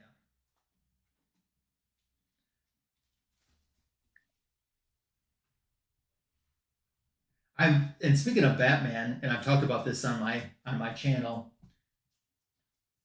I am working right now on Batman and the Outsiders run because I don't have many issues to complete that. And then after Batman left, it just became Adventures of the Outsiders, and it didn't last very long. Really? And I'm working on those two runs right now because those are like dollar bin books. Even in mint Oh yeah. condition, they're still like dollar bin books. So um, that's kind of where I'm at Batman. But I need to jump back and get the other two issues of this that I don't have to complete this story. I got my favorite two that I wanted the most, and this one seems to be the most expensive out of the four, probably because of the cover. The cover is Yeah. pretty good. Yeah, I know it's like a lot of times the book doesn't have to be a key, it just has to have an iconic cover and the price Yeah. just like um going back to Wonder Woman, Mm-hmm. issue 72, the Brian Boland cover from the 90s, Mm-hmm. that was like my all-time favorite Wonder Woman book. And for years, I couldn't find a, a price on it that was within my budget where the book still looked good. Yeah. And that was one that I picked up at Heroes Con in June from Bonafide Comics. Beautiful looking copy for like $30. I couldn't believe it. So I finally got to add that cover That's to my awesome. collection. I love the one, the Adam Hughes one for I think it's 184, where it's modern Wonder Woman is running into Golden Age Wonder Woman, and there's the shot Oh from yeah. both of them on the cover. But not only is that cover really cool, that story is really good too, because it's about Diana. She's trying to get home, and she ends up time traveling into World War II, and her mother is there as Wonder Woman, and she can't let her mother see her. So she Oh wow. disguises Yeah. herself as Miss America, and they have an adventure together, even though it's really a mother-daughter adventure. It's a pretty good That's story. awesome. Yeah, Kind of like a Back to the Future thing. yeah, something like that. I don't. Yeah, I haven't heard of that one. I don't think before now. Yeah, that's it. That That's a sounds like a really good really good issue. one. Yeah, that goes for high because of the cover. That Adam Hughes Yeah, cover is it's yeah. I know a lot of those. Like the the Batman cover on your shirt there, the Neil Adams yeah. cover. Mm-hmm. That was one that I wanted for a long time that I never could get because the price is just insane. It is. I had the facsimile. They made a facsimile. Man, I'm Yes. so behind. I missed all these facsimiles. Russ, I wonder if you you could can still go to find your a facsimile. LCS every week and just buy facsimiles and still have Yeah. something to buy every I week. know that, yeah, Just they in seem to be coming out with a facsimiles. lot of facsimiles now, like more. Mm-hmm. I kind of wish they would do, uh, instead of just number one issues or famous covers, I would like to see them do like just reprint, like single issues, like the first 10 issues or so of a series as a facsimile, Yeah, just that'd to be be able to cool. like get that run going. Yeah, Because because who can I afford the loved first like 10 the issues of Fantastic Four? Not yeah, me. X-Men. I mean, I know you can get trades and Mm-hmm. omnibuses, but I loved getting to read the facsimile of X-Men 1, the Mm-hmm. first appearance. But I would like to to be able to read issue 2 and 3 and 4 and keep going. Mm-hmm. And you can't really do that unless you just buy like an omnibus or something. Yeah. My oldest X-Men, and I don't have it within arm shot. It's in the other room. And if you don't believe me, I will go get it for you. But my oldest X-Men is 3, Oh wow, that's awesome. which is the first Blob. That's awesome. I know. I came so very close. I want to say in 2018 to getting X-Men 4, the first appearance of Scarlet Witch and Quicksilver. Mm-hmm. I was saving up for that book for months. It was $600 in a 2.0 at that time, and I got like close to like think I got up to like $550 that I saved up, Mm-hmm. and the wash machine broke. Oh no! So I had to take that $550 and There it buy a new went. wash machine. Yeah. So I started saving up again, and then some speculation hit, and that same book that was 600 in a 2.0 shot up to like $1,000 in a 2.0. And I was only back up to like $150 that I'd saved back up. And I was like, that's gone. I'm never gonna. Yeah. Even some of the 1.0s was like 800-900. So I was just like, Yeah. that's gone. But something good did come from that. I was like scrolling eBay that night, and I found Superman 123, the first prototype appearance of Supergirl, for Where she's pulling the $140. train, right? Yeah, Yeah. I found that for $140, and I had 150. So I just like immediately bought that book. It's only a 2.5, and it's a slab, but I did read the digital copy of that story before I bought it, and Yeah. I loved it. Was so goofy. It was like it was the only issue that Supergirl appeared in, the prototype, and she didn't have a name like Kira Zor-El. It was just Yeah. Supergirl, and she was wished into existence from a magic totem by Jimmy Olsen because he wanted Superman to have a love interest that was his equal. So basically, he just wished her into existence, and she had all these powers, but she didn't know how to like use them properly. So she would like overuse her force and stuff. Is that a reprint? No, this is a different book. That's not the same issue. Okay, But I'm just but since you're talking yeah. Supergirl, I had Supergirl within arm's reach. By the end of the issue, she wanted to get wished back out of existence, so she went to Jimmy and wished to die. So he like wished her back out of existence, and that was just like the prototype of Supergirl. So I was so like, because I was so depressed, I missed out on that X-Men 4, Yeah. but I was like so happy I was able to get that book. I would love to have Supergirl first appearance Kara Zor-El, where Yeah, she's jumping out of the rocket. yeah, I don't that's been on know. my list for years. I don't think that that's realistic for me. But Yeah, I know. I'll tell you one that I do think is realistic for me with Supergirl. And first of all, I am trying to work on the Adventure Comics run that Yeah. had Supergirl as a headliner, which is one of the issues I showed. And I have maybe 24 issues I still need out of that period. But one Supergirl key that I think someday I can achieve is the issue where Action Comics, where they announce her existence to the world, and the two of them are flying during the parade. I know you know which one Oh I'm talking yeah, about. yeah. I've seen that cover. That one I think I probably can't afford, and I'd like to get that one someday. Yeah, I can't remember the issue number right offhand, but I've seen that cover when I was looking for 252 because Yeah, it's like I don't know how much like 123 is going for now, but I know that was almost a year prior.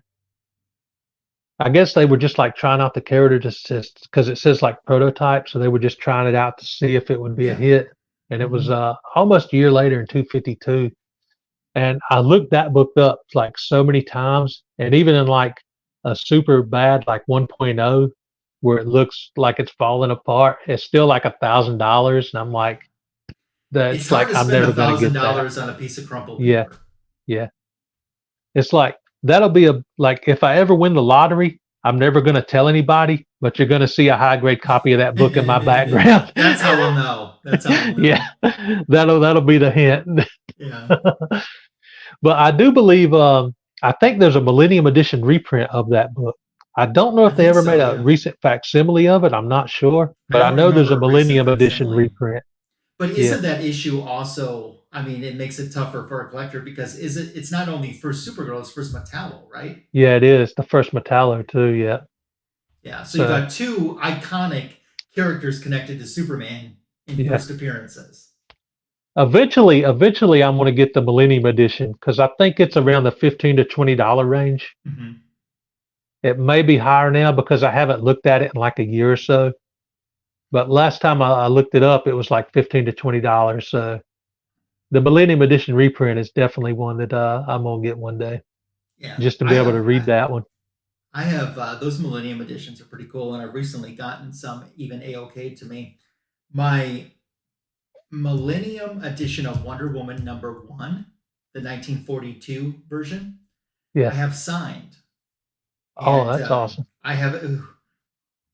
Who could sign it? I mean, everyone that's worked on that book is no longer with us and hasn't been for quite some Yeah. time. You know, so who in the world could have signed this book for me?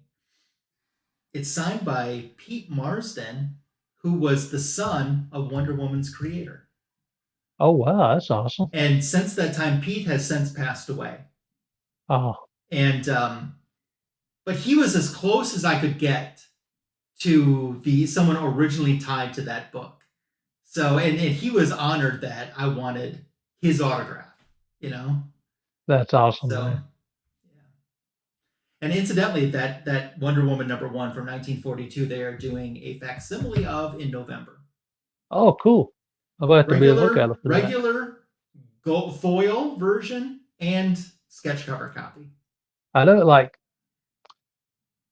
back in 2018, I started collecting again in 2015, but I was Mm-hmm. just going after like all the books that I had to sell off back when in my 20s. Mm-hmm. So I put the majority of those books back together, and it was 2018 I started going after other books, and I started getting a lot of new stuff, and I got in a bad habit of just cover buying in like Mm-hmm. 2018. So from like 2018 to 2020, I got like so many books that I just like cover bought that I've never read, Yeah. and yeah, that was like something that I had to stop doing to be able to like save money for the older That you books that I'm really actually want. going to read. Yeah. Yeah. So It's that easy to do. now with all these like awesome fulls coming out, it's like so hard to not jump on that Oh, rabbit I hole know. because I've seen so many awesome like Superman fulls and Batman fulls, and like the Hey, cover buyer in me just wants to do that, but I like stop I saw your myself. eyes glaze over when I showed those Spider-Man foils. I love like from the '90s. I've always been a fan of gimmick covers, Mm-hmm. like the like X-Men Alpha and X-Men Omega, those shiny chrome covers. I have Yeah. those. I have so many gimmick covers from the '90s, and now like seeing that resurgence of all these like fulls and chrome is like I have to just stop myself from buying those so I can save up for these like other books that, that I want to get in the That collection you want. first. Yeah. It's Yeah, I so get it. hard. Let's see what else I have just within arm's reach right now. We were talking I know, Justice League like, earlier. There's the oh, first that's JLA awesome. JSA team up, one of the Oh, big that's Justice killer. League keys, issue 21. Iconic cover that has been homaged many times. Yeah. I know, like, another one of my favorite classic covers that I'll probably never have the original to Mm-hmm. is the Flash 123, the Oh, Flash of Flash Two of Two Worlds cover with Worlds. Flash and Jay. It's like the first Silver Age appearance of Jay Garrick. Yeah. And I've always wanted that book, but I've never been able to get it. But I did get an Action Comics book that has a cover homage to that on it. It's one of my Oh, favorite Action nice. Comics covers. I'll have to dig it out and post a photo on Instagram. Heck yeah. I'll tag you in it when I do. Please do. But Oh, I'm I blurry. love homage covers like that. Oh, that's an awesome cover. Todd McFarlane drawing the Disco Dazzler. I love some like McFarlane Spider-Man. Here's some Superman. Oh, that's cool. Oh, it's the DC Presents. That's a Yep, great run. it is. I've got a nice little collection of the DC Comics Presents. So here, the anniversary issue of Wonder Woman 800. This is a Midtown Comics exclusive, Oh, that's awesome. I and still haven't got it. I like to get the anniversary issues. I've got a couple 750s, but I haven't bought an oh, 800 yet. gotcha. So this is the black and gold version. Oh, that's awesome. Yeah. The one of the hardest things I have a hard time with when they come out with the anniversary issues is deciding like which cover I Which one to like the get? best because there's always several different ones, so it's always Yeah. hard to decide like which one to get. So this I just showed this past week, my friend Andre in Brazil. This thing is so cool. So there's a magazine over there in Brazil where they put together like the different costumes that a character had into trading cards. Oh, that's And awesome. these are all collected. But the thing is, it's not only DC. In the back, you've got Marvel. There's Oh, that's Black cool. Widow. Let's see, what else do we have? There's Vision. Oh, that's awesome. Kurt So Swan is another creator Kurt that Swan I've is grown good. to love. I love Mm-hmm. so many of his Silver Age books, Yeah. and I'm lucky enough to have a Kurt Swan autograph. That was one of the books that I won from Silver Age Bronze Age Babe. Oh, nice. So I'm very like lucky to have that in my collection because when I first started discovering the Silver Age, I was drawn to Kurt Swan's Superman. I love the way he Yeah. drew the character. Yeah.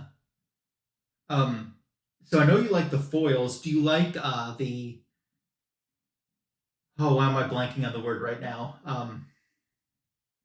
Negative space covers. Do you like those? Oh God, they came out with a negative space Rogue a couple years ago, Yeah, yeah, yeah. and I wanted that cover so bad, but it just skyrocketed, man. Sure. So yeah, I love like negative space. Oh, that's awesome. Is that another 800 variant? No, this is from a mini series that they did earlier this year, Oh, and nice. this was one of the incentive covers. This thing was selling for like $125 the day it came out. I'm Oh, so lucky wow. that I had mine pre-ordered for a much lower price. Oh, definitely. It definitely pays to pre-order to get Yeah, books for reasonable prices. yeah, yeah, yeah, for sure. Yeah. Um, I just love that, and that's the artist that is going to be drawing Wonder Woman now in the new Oh, series. cool. That should be That's good then, his because work. that looks Yeah, awesome. yeah, that's his work. When did you say that new Wonder Woman series is coming? Tuesday. Oh, this Tuesday? Yeah, this next time Tuesday rolls around, that's when it's dropping. All right, man.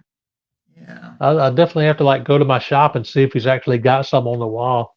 My shop is so slack. yeah. It's like I mean, I understand that he doesn't get a lot of books unless you like have it on your pull list. Mm-hmm. But even if you put books on your pull list there, he doesn't put them in your box if it has spec. He just magically didn't get it that week. That's not right. So yeah. Hey, from somebody that very briefly worked at a comic book store, we didn't do stuff like that, and that just isn't right. And oh, I missed that time, Russ. That was a year ago. Right now, your boy was so happy, and I remember when you made that announcement, man. When you first did that, it was awesome. yeah, It's a it. shame it didn't work out, brother. Well, I mean, first of all, I didn't own it, just so Yeah, everyone knows. But I just don't think that 19 weeks being open is fair to any business. yeah, I know. It, That's rough, especially it's like moving to do it, yeah. and I then moved to yeah, this town to do this. I didn't know a I know single that was soul yeah. in this town. I can So imagine how devastating that was. it still is at times. It's not Yeah. every day, but at times it still is. It's Russ. It's like a bad breakup. When I drive by, I won't even look at the building. There's not another business or anything else in there right now, but I won't look at it because it Oh just. yeah. Today, I was thinking about this today. I always loved Saturdays. It's late Saturday afternoon, and this was earlier this afternoon. I was thinking about this. We were closed on Sunday and Monday. So late Saturday afternoon, I would make the space on the walls for the new DC books that were going to go in Tuesday. So about an hour before we closed, those spaces were designated on the wall. And then once we closed, Saturday at 5, I would go put the books out. So when we opened up on Tuesday morning, it was all on the wall ready to go from the moment I walked in the door. Yeah. And I was thinking about I was thinking about that this afternoon, late in the afternoon. I'm like, a year ago right now, I would have been, or in a perfect world, I should be doing this right now. Yeah. You know, I can't believe it's been a year already. It hasn't been closed for a year. They closed on Black Friday. Oh yeah. So, but it's been a year ago that it was going on.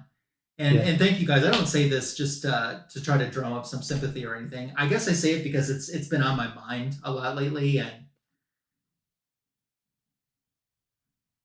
I had some for 20 weeks of employment.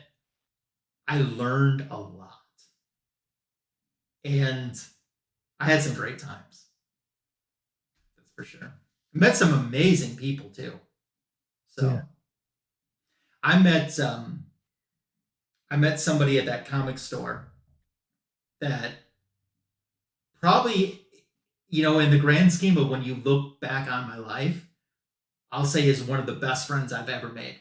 Like, I got to spend Christmas at with him and his wife and their children.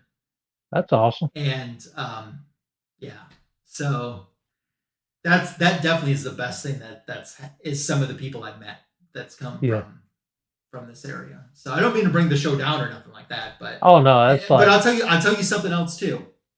Those people that diss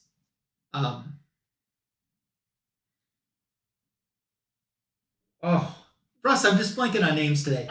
Okay, not Diamond, because Diamond used to have everything, and then DC the split, distributors. Yeah, DC went to why can't I think of their name? Help me, guys, in the chat. The DC distributor now. It's Penguin Random House, but they have a different name for it. But when I've heard Simon say it in his videos, but for some reason it's not coming to mind. Lunar. So what those people that diss Lunar, I'll tell you something. Lunar's got their act together. You compare from someone that's opened boxes from both companies, Lunar is so 100% professional and they feel like they have you in mind when you're opening up their boxes, and they care for the books. Diamond, that thing is a mess from the very top to the very bottom. Yeah, I've heard like a lot of stories where Diamond would just send out damaged books. Not even damaged. I mean, it's more than damaged books. The invoices are a mess. To try to decipher their invoices, I mean, you can look at a Lunar invoice and you got to pretty much figure it out. You look at a Diamond invoice, thing's a mess. From first page to last and everywhere in between, it's a mess. I don't like a dream of mine from the time I was a little kid was to like be able to have my own comic book store one day, but it's just something that never was able to happen. We had a good store though. Definitely was proud of the inventory we had, and I just don't think enough people knew about it. Yeah. I think one of the main reasons with me is because every time I think about selling one of my books, I get anxiety. I can't let it go. Yeah. Exactly. It's like, this book? No, I'm not selling that.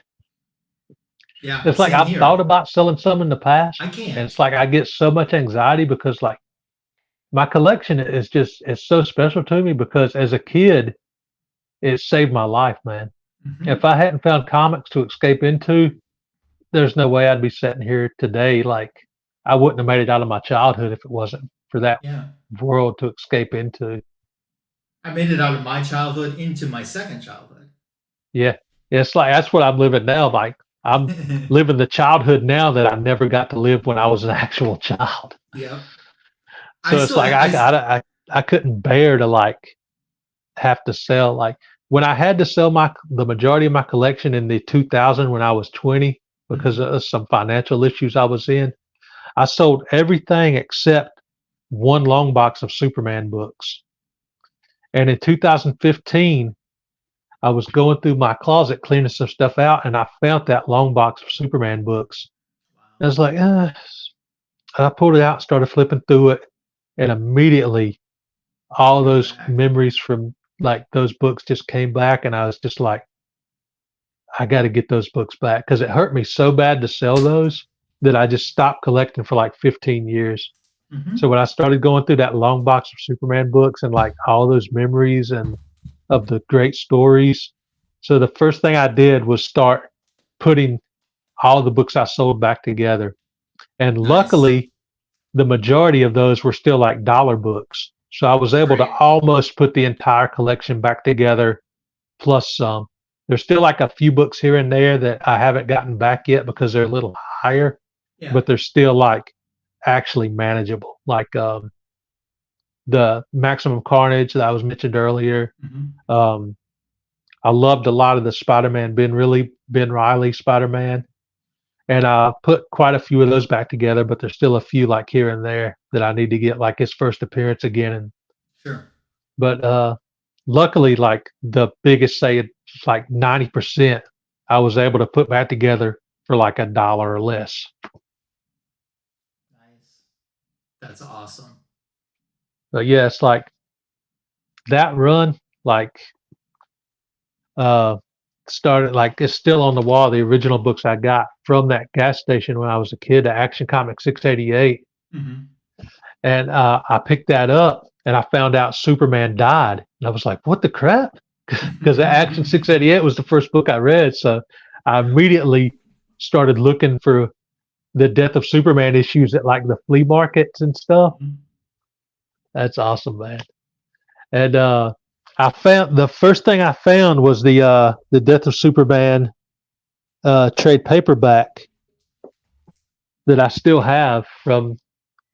Oh yeah. So the first time I got to read that was in the trade form, and then eventually I found all the issues from that original series after I read the Reign of Superman. So I credit like the Reign of Superman. That storyline was like the first one that I like escaped into, and it just really just it saved my life, man. Nice. Did So I you had to go back and get like all the issues before that. have you ever read this? Um, I don't think I have. This is a Is good that this is really good. I really enjoyed this. is that does it say Superman Confidential? No, it's Superman 80-page giant, Oh, okay. and it's issue 2. I haven't read that one. There's some good stories in here. Jackson. Yes, he died. Spoiler. Only for what, like three 3 months, maybe 3, maybe 4 months. Well, I think it's stretched out a little bit more because they realized how many more printings they could keep doing of that Oh same yeah, issue over and I know. over. Like yeah, And it's amazing, Comic Foo Comic has Foo. like He has like 57 almost everything. printings. Of, Yes, he yeah, does. It's crazy. it's like I had no idea there was so many printings. I know. I don't think he did either. I've got um, the direct edition of that Nice. Superman that I actually got from Comic Foo in a mystery box. Cool. So I forgot the original newsstand that I bought back in the day, but I have this one too that I got from Comic Foo. But Nice. yeah, until he did those videos, I had no. They were like 15 printings of the trade paperback. I know. It was crazy. And Yeah, they've still done printings and stuff too, because even this year there's been exclusives yeah, with I know. exclusive covers and stuff on Yeah, that. they have. They did the original omnibus. Then I think they re-released it with a cover. Just the Superman like the. Why can't I find the words? The shield, the Just logo. the logo. Yeah, the Hmm. bloody logo. Yeah. I think is on the hardcover of the Hmm. re-release. But yeah, it's such a good storyline. It's like still like I'll still go back and I'll read this that original copy that I had of the Death of Superman storyline from time to time.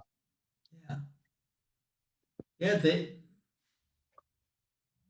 I mean, and the publicity they got from that, you know? You couldn't Oh buy yeah, publicity like what I mean, it was on the evening news. yeah. And it's funny because I missed all that. The whole It was though. because I didn't find out until I picked up that issue of Reign of Superman. I was like, He's dead. because I knew Superman from the Christopher Reeve movies, Hmm. and I looked at that cover and I was like, that's a different costume. Why Superman got a visor on? So I flipped through it and started reading it, and I found out like Superman died, and it just blew my mind as like a 12-year-old kid. So I had to go back and find out what happened, and just Yeah. escaped in that world. I'll tell So you when yeah, I missed all the like news coverage and hype. it was there.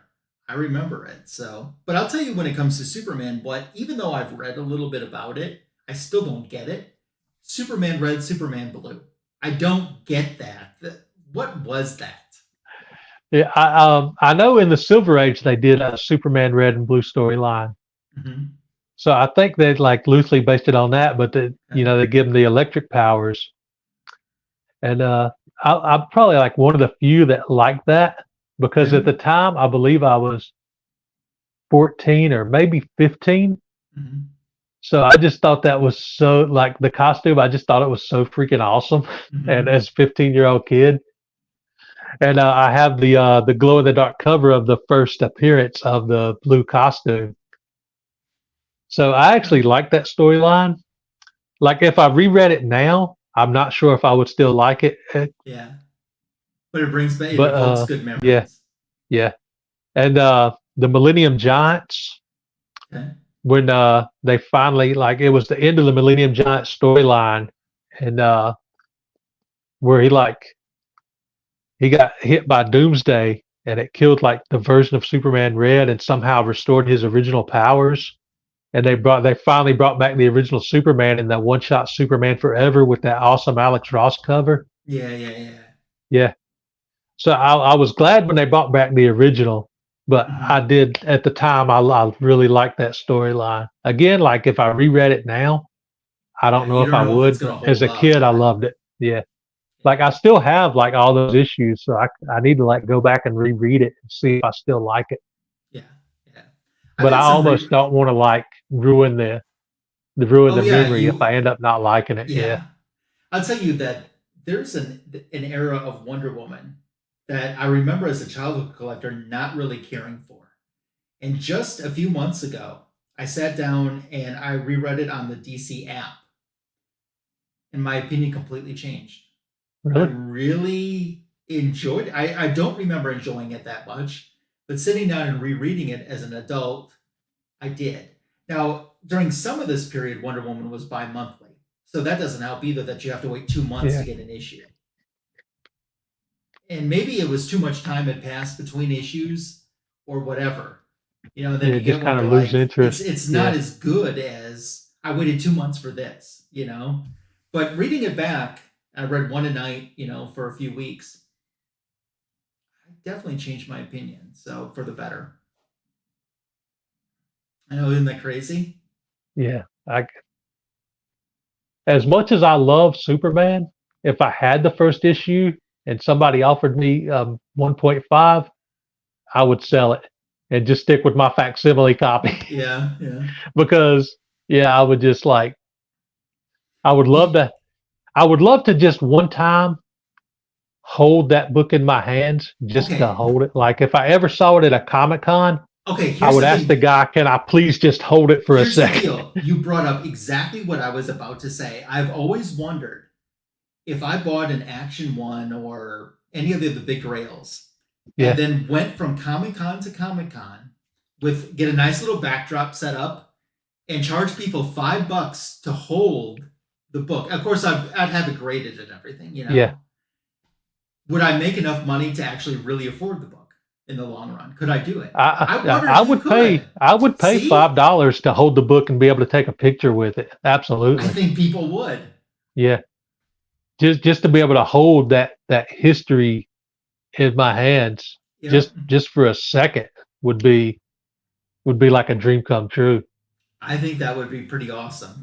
I mean, you'd Yeah. have to have the book heavily insured and everything, for Oh lots of yeah, different absolutely. things. Yeah. But Yeah. man, Got I have thought about that. So You would have to have I like security around too because it would have somebody you would be would have to tempted have to a like bodyguard. Yeah. yeah, somebody would be tempted to be like and run Hmm. just like pull out dead shot. Yep. I have seen that book, an authentic copy in the wild though. Really? I In the saw wild, I some mean at a con, like a yeah, big con. But I have I seen saw a some real really big copy. books. Saw some really big books at HeroCon. I saw an Amazing Fantasy 15, Sure, that's cool. which I saw an X-Men 1. I saw a giant size X-Men 1, and I was too scared to ask the vendor if I could just hold it. So I just like looked at it and kept walking. Boy, But I didn't get to see any action ones or anything like that. giant size X-Men 1. Back not that many years ago, you'd see it for $750, and I'd laugh and say, Yeah, "You think I'm going to pay $750 for that comic book? You are nuts." If you offered it to me right now for $750, I couldn't pay you fast enough. yeah. I would just put it on my credit card and go in debt for a Exactly. while. Yeah, Exactly. Ramen noodles, yeah. you know? Funny story about that book. I actually had that book as a kid. Believe it or not, I found it in the dollar bins when I was 13 years old. Oh, you were killing me, And Russ. yeah, I had no, 13 years old, I didn't know comics were actually collectible and they had Mhm. value. And years later, I had an old Wizard magazine and I looked up the value from the year when I had it. Like, I believe it was Mhm. 93. Mhm. And even then, it was a $300 to $350 book. You're killing And I me. had no idea. And in Wow. 2000, it was one of the books I sold in a lot of X-Men books for $35. And that's one of the books that I'll never get back. And I still did, until 2018, I still didn't know what that book really was until I looked it up when I started trying to get my collection back. And I saw the price of it, and I was just like,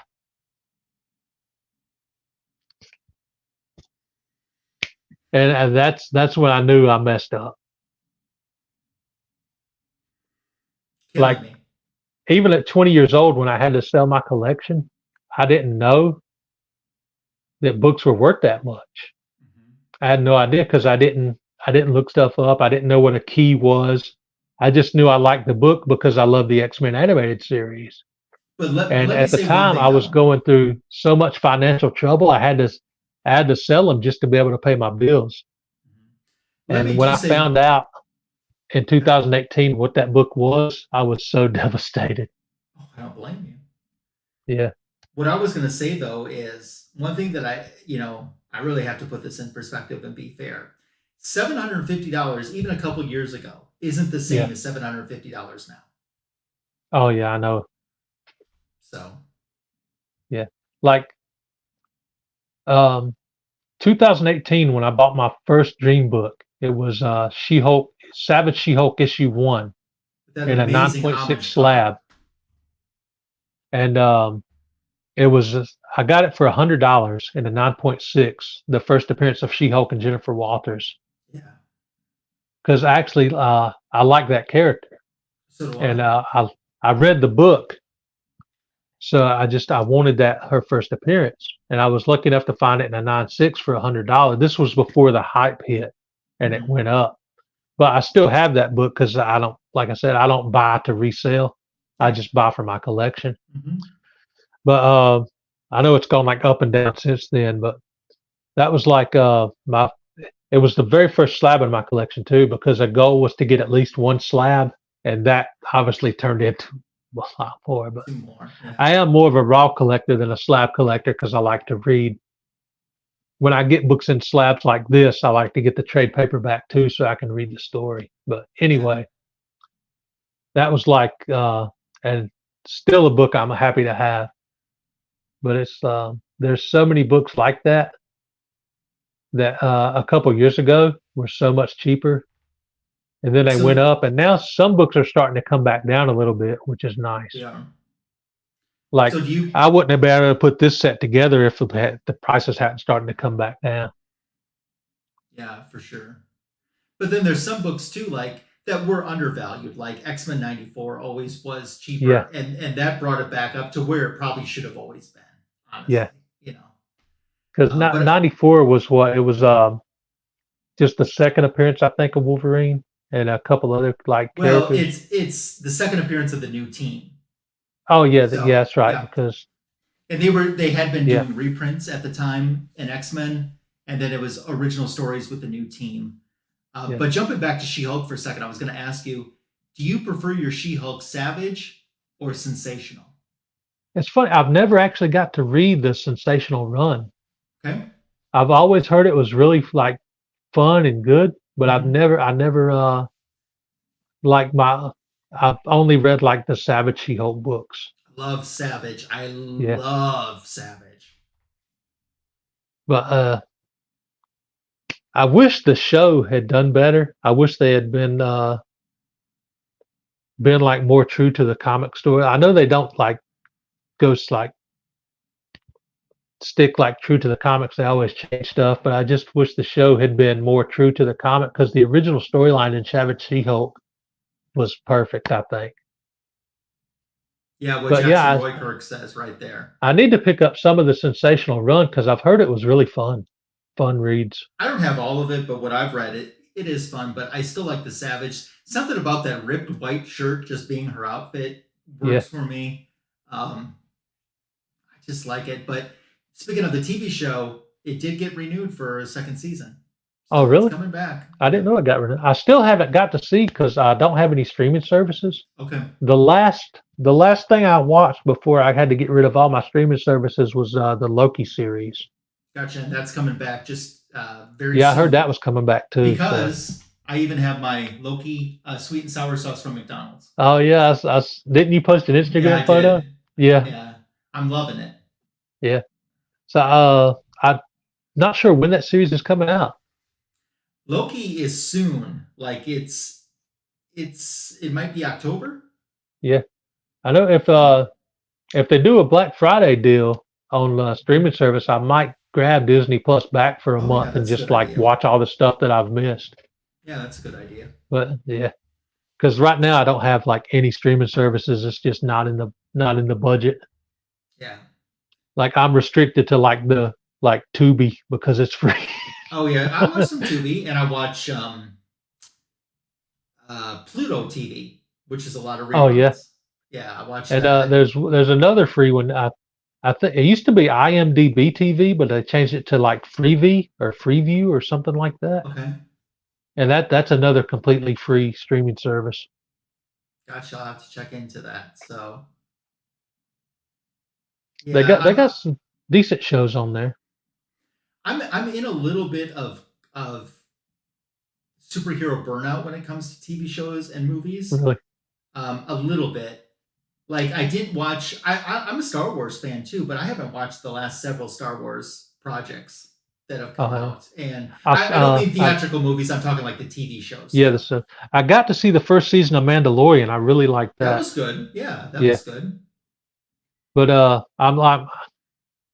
I'm at least 2 or 3 years behind on movies and TV series.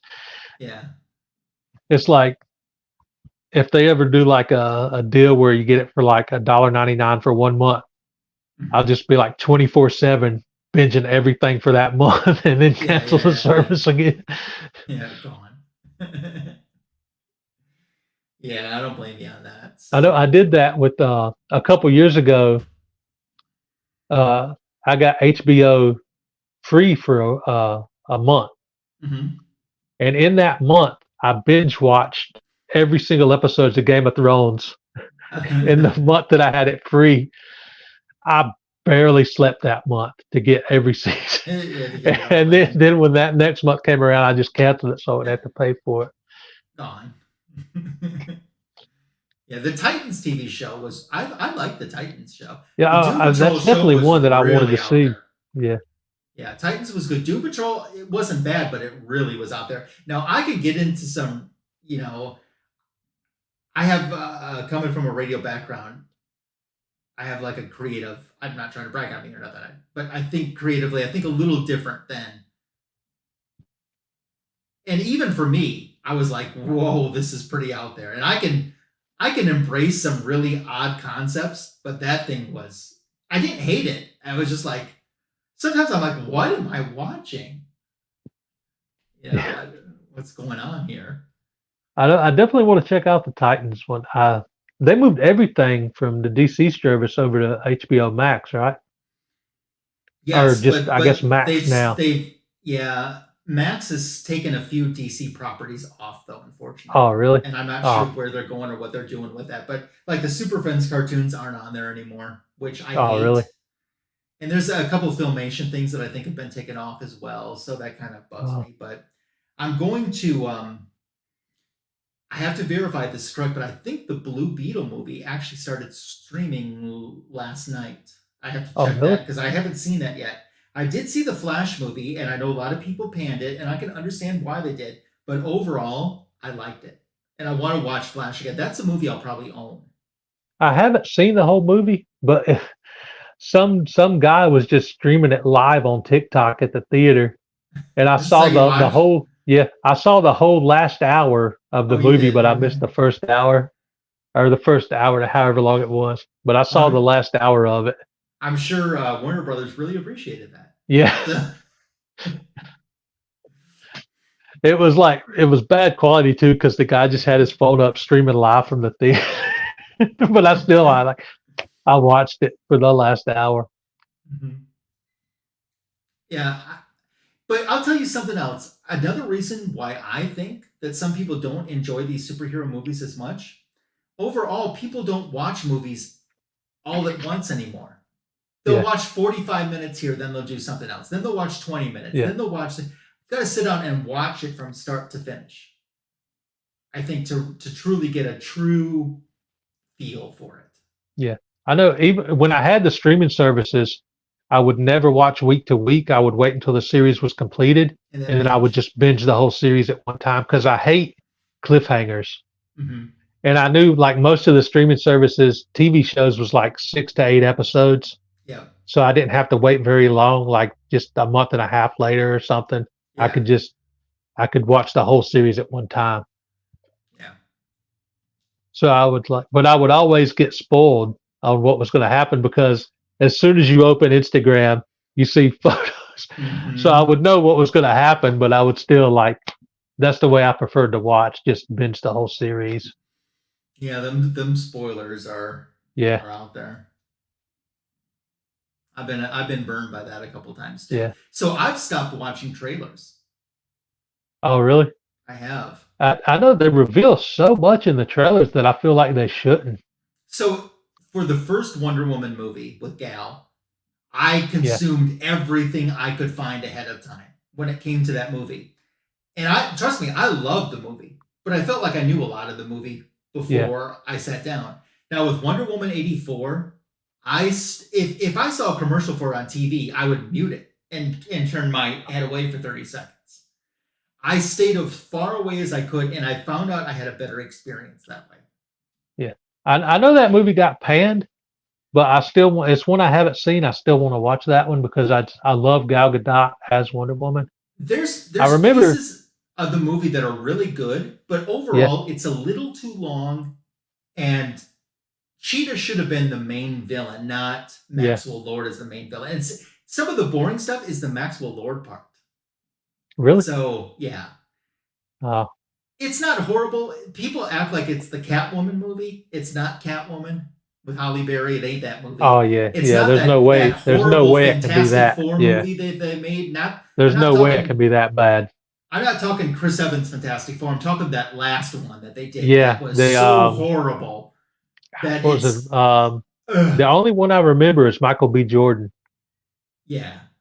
Yeah, and Um, he went on to like totally redeem himself by playing Killmonger in the Black Panther movie. yeah. Well, That was a much better fit. Wonder Woman 84 has some okay parts in it. I mean, overall, Yeah, I more enjoy it than I don't enjoy it, but then she's my character too. yeah. I remember when she first got announced as Wonder Woman, Gal Gadot. Mhm. The only place I had seen her beforehand was in like that one Fast and Furious movie. Yeah. So I was like, how are they gonna make her Wonder Woman? I didn't get it. Hmm. Like it didn't. But And she did good. then that first scene in Batman versus Superman when she appeared, I Uh-huh. got literal chills down my spine, and I just Yeah. fell in love with her as Wonder Woman in that Yeah. very first scene that she appeared. Yeah. I Yeah. loved it. And I want to she meet was Gal like, someday. and the first Wonder Woman movie was so good. It was. It was very good. And I liked her. I still haven't seen the Snyder cut of Justice League. I need to Much watch better. that.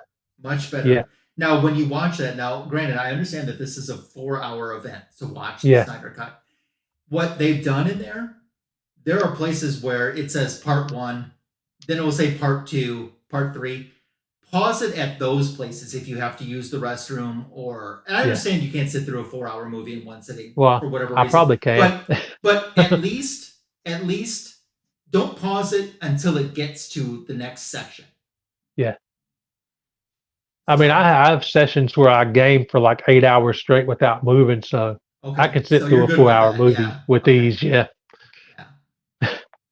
for me, that's not an issue. So, No issue and I there. did they put the Snyder cut on Blu-ray or DVD? They did, yes, because I own it. Okay, I have it I on need to pick 4K. that up because I I'll, definitely need to I'll, watch I'll tell that. you when, Russ. Look for it on Black Friday deals because last Oh Black yeah, Friday, that's when I got mine on 4K and Blu-ray combo for $10. yeah. I know. You I can't bought beat that. the second Spider-Man movie with Tom Holland. I Mhm. got it on Blu-ray 4K for $4. Like it was last Black Friday or the Black Friday before last. I can't remember. You can't So buy your lunch for that's four yeah. dollars. Black Friday is when I always buy movies. That's probably when I'm going to get my Flash movie. Yeah, Did you see Shazam? Either I one? saw the first one. I haven't seen the second You one. should see the second one. I liked the first one. I thought the first one was fun. If you So like the first one, you're I'd going to probably like the like the second second one. one. Yeah. You are, for sure. I thought about seeing Black Adam, but I'm still kind of upset that the whole situation where with Henry Cavill.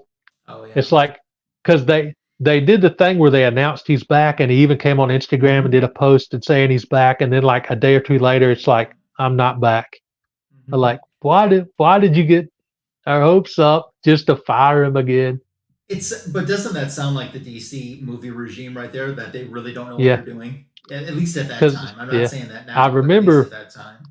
I remember uh, when Batman versus Superman came out, they announced a whole line of movies Mm-hmm.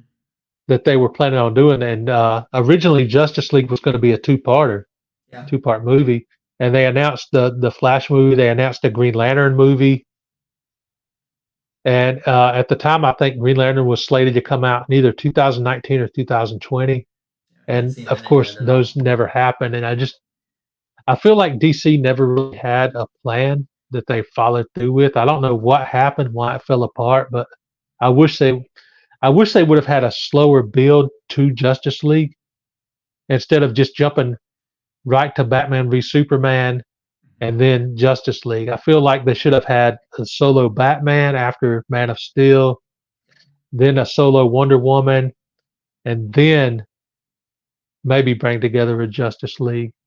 Yeah. But because I waited so long for a live action Justice League, and there were still parts of that movie I liked. Mm-hmm. And Batman versus Superman, I know a lot of people panned that, but I enjoyed that movie. I didn't like what they did with Doomsday because I've always wanted a live action Death, Reign, and Return of Superman movie Mm-hmm. as a trilogy. So I Yeah. wish Yeah. they would have done more justice to Doomsday. But other than that, I liked that movie. Yeah. But yeah, I wish like Henry Cavill would have got another shot to play Superman. He deserved because it. I I thought feel he was like a they good were going Superman. in a better direction, and then it just kind of ended. Yeah, I think he was a good Superman. So he Yeah, got a raw deal. but I mean, hopefully, whenever the new one comes, what is it, Superman Legacy, Hmm. or is that just It's Superman Legacy. okay? So that's definitely going to be the title. Hmm. I'm hoping that's good. I'm going to give it a chance as a Superman fan. You should always. I think you should get everything a chance. Yeah, You know. like I want to see that Blue Beetle movie because I'm a like a not like a hardcore fan. I'm like a casual Blue Beetle fan. Hmm. More of like I know more about Ted Cord than I do Jaime Reyes, but I Same still here. want to see that movie. Oh, that's awesome.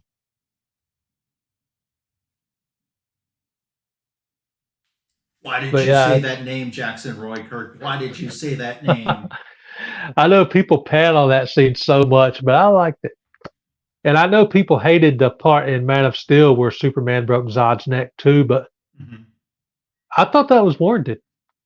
Oh my Like Zod. for yeah, and it's not like Superman is never killed in the comics. And True. even Christopher Reeve Superman killed Zod Hmm. in Superman 2. Yep. But it was in more of a comedic way back then. So But I like that. I saw this interview once with Terrence Stamp, who played General Zod in the Christopher Yeah. Reeve Superman. And I don't know if you've ever heard this story, Russ, but Terrence Stamp um, never, he said he had never done this in his life until this happened. He was in New York City and he said he was walking up a street and someone was walking down. He said, but he could see that this man recognized him. And he said, I just knew he knew me as General Zod. He said, so when they got up to each other, he looked at him and he goes, and he said he had never done this in his life to a total stranger, nonetheless. He said, kneel before Zod, you bastard. And the guy went, ah, and he got down on his knees. And it was like this fan moment that no That's one would probably awesome. ever Yeah. believe. And he said he had never done it since. He just knew he had to say that to that guy. I hadn't heard that story. That's awesome. I would Yeah. fanboy out so hard. Yeah. Oh my God. That's I awesome. always That loved would how be he said, that's I loved epic. how he said Houston. He would always call it Houston, planet Yeah. Houston. Where is this planet Houston? That was so good. I love Yeah. those movies, man. Mm-hmm.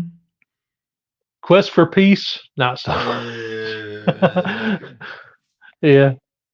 The third one with Richard Pryor, that's okay. I like the where Superman fought himself, like the dark version Oh of yeah. Superman, Mm-hmm. like at the junkyard. That was cool. Mm-hmm. I like that as a kid.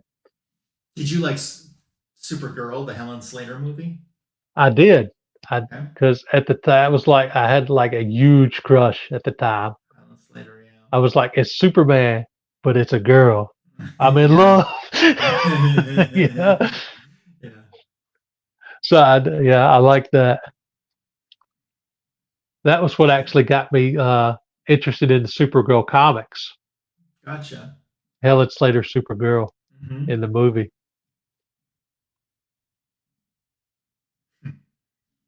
Man, talk about memory lane. Yeah. Some good stuff there. Some good memories. I know I've seen the like they have like 5 film collections of the first 4 Christopher Reeve movies and the Brandon Ross Superman Returns Mm-hmm. for like $20, man. I've like come so close to buying that so many times just You to should. because That's a I good like investment. Superman Returns with Brandon Ross. I didn't mind that. So Yeah, I have a friend. She's a die-hard Christopher Reeve fan, and she just despises that movie. really. And she's like, "Why is he copying him?" And I'm like, "But it's Yeah, supposed to be a sequel, and yeah, yeah. Chris can't do Exactly. It the was supposed to original." be. Yeah, You it was know? supposed to be a sequel to Yeah. carry on. Hmm. I liked it. I liked it a lot. I did like it. I wish he would have got at least one more movie. Yeah. But I saw the clips that he got to play the Kingdom Come version of Superman in the crossover, the big Yeah, yeah, that crossover was they pretty did on the cool. CW. Yeah. It was And cool seeing him in that suit, that Kingdom not Come suit, because not that's only a great that, story. but in that same adaptation that they did, John Wesley Shipp got to play Flash Yeah, again. that was awesome.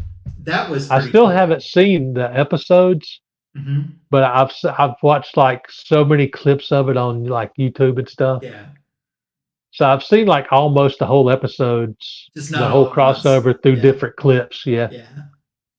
that was. I love that they brought back Tom Welling as Clark. Hmm. There's part of me that still wishes they would show him in like the actual suit, because Hmm. I remember at the end of Smallville when season 10 ended, they just had like that far CGI shot, Yeah, and then at the very end they just showed him running and a close up of the shirt. yeah, I was so disappointed we didn't get to see a full body like shot of him in the actual suit yeah. to end the show. Because And they always said no yeah, flights, no tights. yeah. But I just at the very end, I wish they would have showed the actual the cape and everything, and not just a close up of the shirt. Just in that Hmm. one scene, I was so. And then when they brought him back, he had given up his powers for like the crossover, and I was like, Yeah. oh, we're never gonna get to see Tom in the Hmm. suit. For Yeah. like 10 years, I watched every episode of that show, Hmm. and all I wanted was that one shot of him close up in the suit, and we didn't get it. So let me ask you a Smallville question then. Yeah. Did you like Chloe, and do you like Chloe now because of, or has your opinion of Chloe changed because of the actress that played Chloe? Uh, yeah, it's changed. It's originally when I was first watching the show back Hmm. in the early 2000s, Chloe was a favorite character of mine. I Too. love the character, and originally I thought she was going to turn out to be Lois Lane originally, because she Okay. used She had the they did interest that in the thing where they did the newspaper pen and name, yeah, yeah. Oh where she yeah. used the Lois Lane as a pen name once. Hmm. So originally I thought she was going to become Lois Lane in the series. And then they brought in Erica Durant's, which in hindsight was a great move because I love the Erica Durant's version of Lois Lane. Yeah. But yeah, originally I loved Allison Mack as Chloe, the character. And then when all that news broke, that was unreal, man. That kind of it's hard for me to go back and watch reruns now Hmm. because it's hard to see that character in the same light when it was originally on. Yeah. But other than that, I'm still a Smallville fan. Nice. Yeah,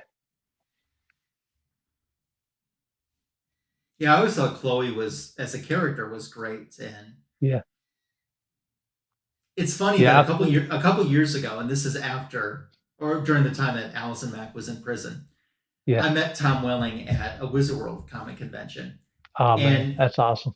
he had photos because other Smallville cast members are often at conventions too. So he had every incarnation you could imagine of Tom Welling with this Smallville character.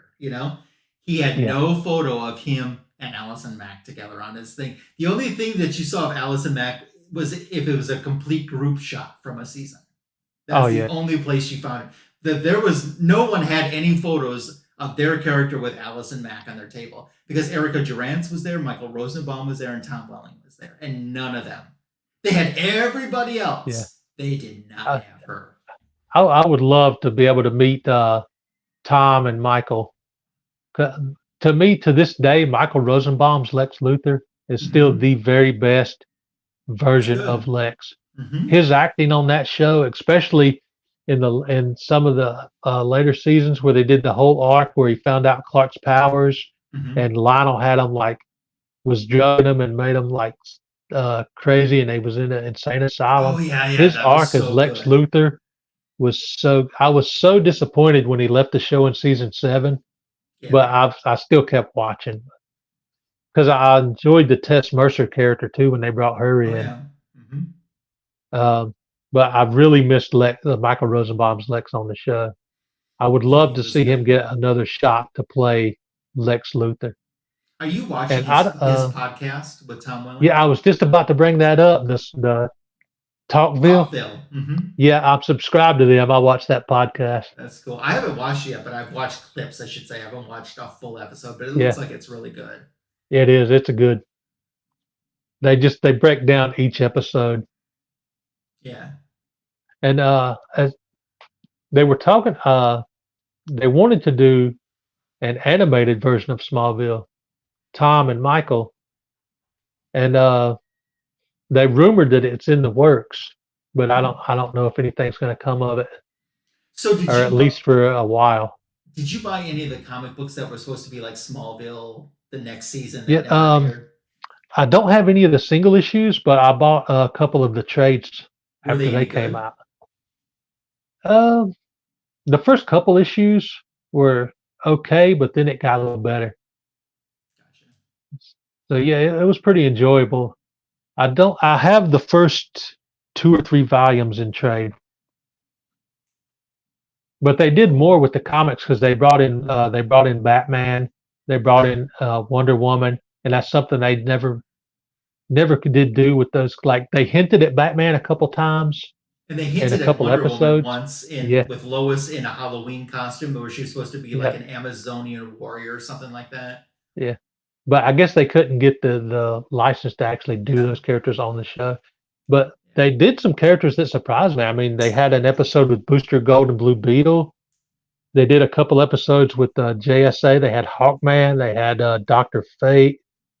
Um, They have the Legion of of course, they Superheroes. did like their version of Justice League with Aquaman. They had the Impulse version of Flash, and that was really cool when they had the like. I love that.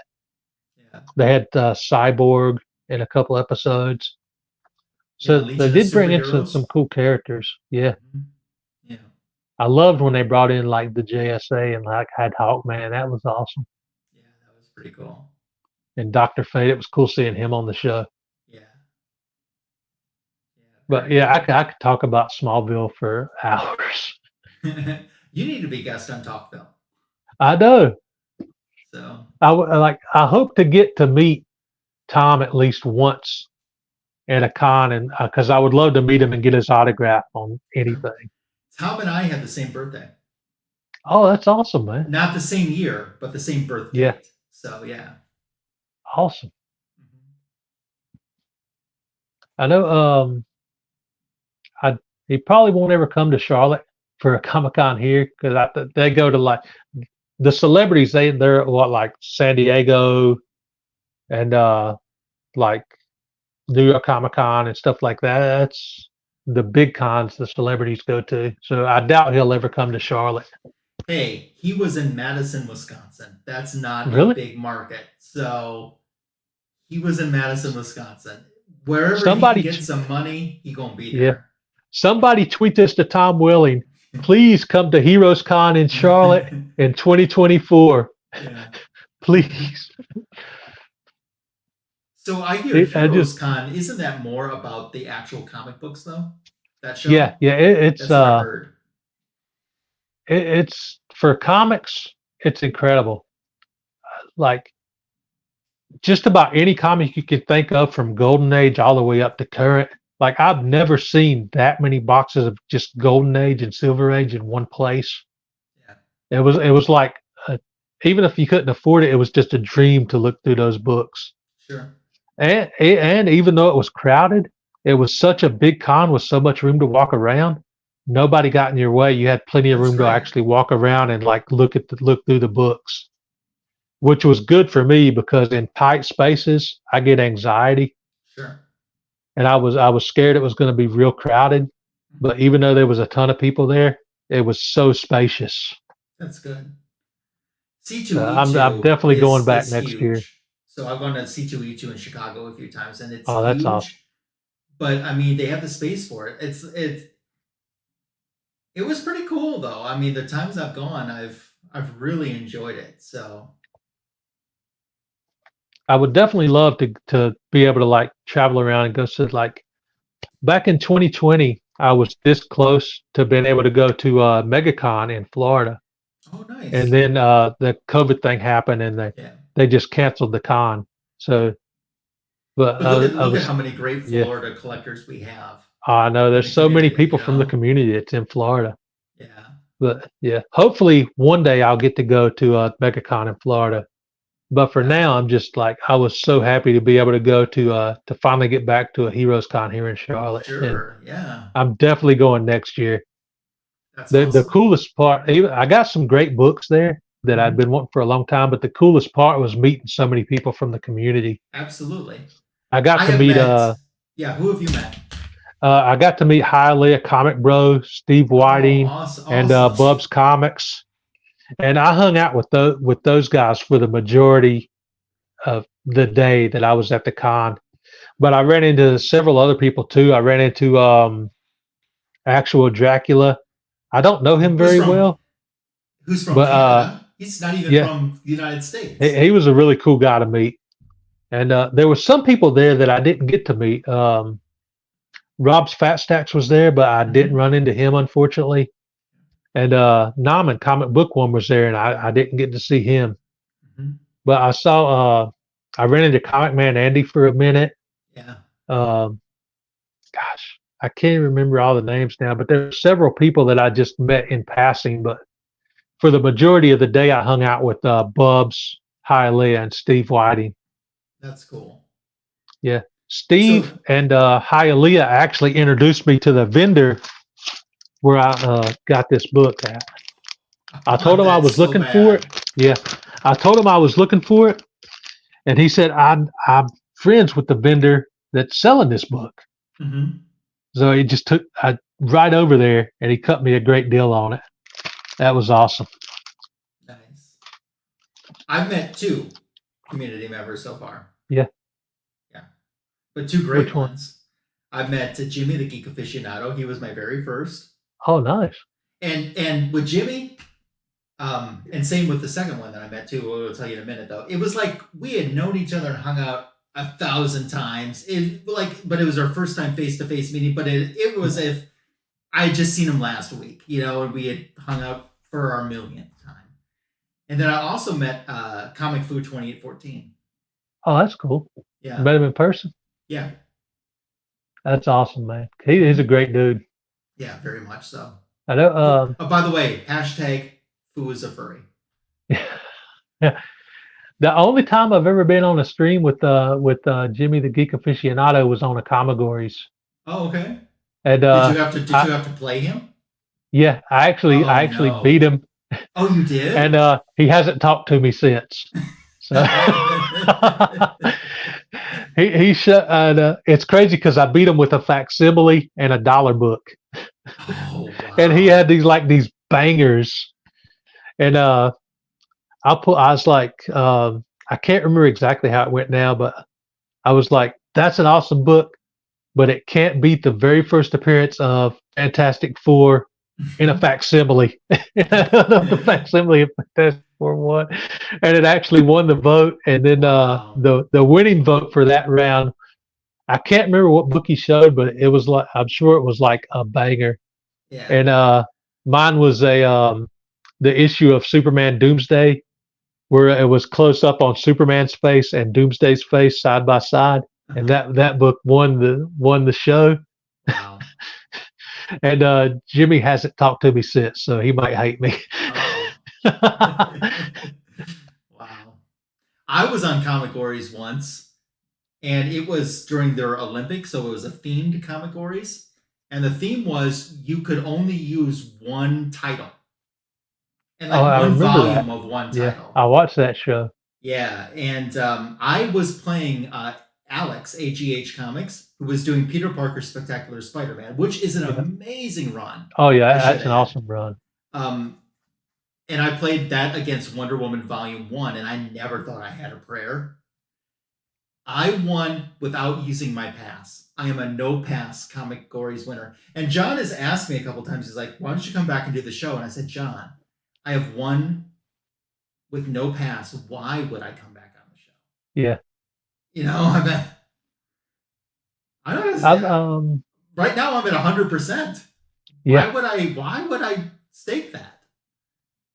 That show was so much fun, but to be on it, it's also like so nerve wracking. Oh, I To, know. yeah, I remember the But very first time I was on, I was not prepared. I left mhm, all my books over here, like on the shelf in the boxes, yeah, no, you because can't I do thought I that. had plenty of time to like come from my desk over there in the other corner to come get the No, books. no, you don't No, have I did that. not have time. 30 seconds goes by so Yes, fast. it does. And I believe I was on 4 times, and I lost 2 times and I won 2 times. So I'm like, I'm even. You're even Steven. Yeah. And I almost won for a third time. So yeah, I was on 5 times. That's right. Because I almost won 3 in a row, and the timer got me on the last round, Gotcha. and I lost. But honestly, I was so relieved to lose, to not have to come back again, Yeah, because yeah. I was so like, I loved watching the show, but I was so nervous being on it. And I know that Werewolf and I are doing the same thing. I'm working about the same run of Peter Parker. And I don't need a heck of a lot to complete, but I actually have a couple near me right now. I have issue That's such a good three. run. It is. I couldn't believe how good this is. There's three. Here's four. Oh, classic cover here. Five. I always thought here on seven, does that not look like Vixen from the DC Comics universe? Does that not look like Vixen? It does. Yeah. It's Which not. character is it? Um, is it Marie McCabe? No, no, that's Oh, Vixen. No, who is it? I can't remember who this is now, but that certainly looks like her. And yeah. one I of them know. I've seen. I have near I've me. seen like covers where characters look like they shouldn't be Mm-hmm. there. That's awesome. But yeah, I've got maybe a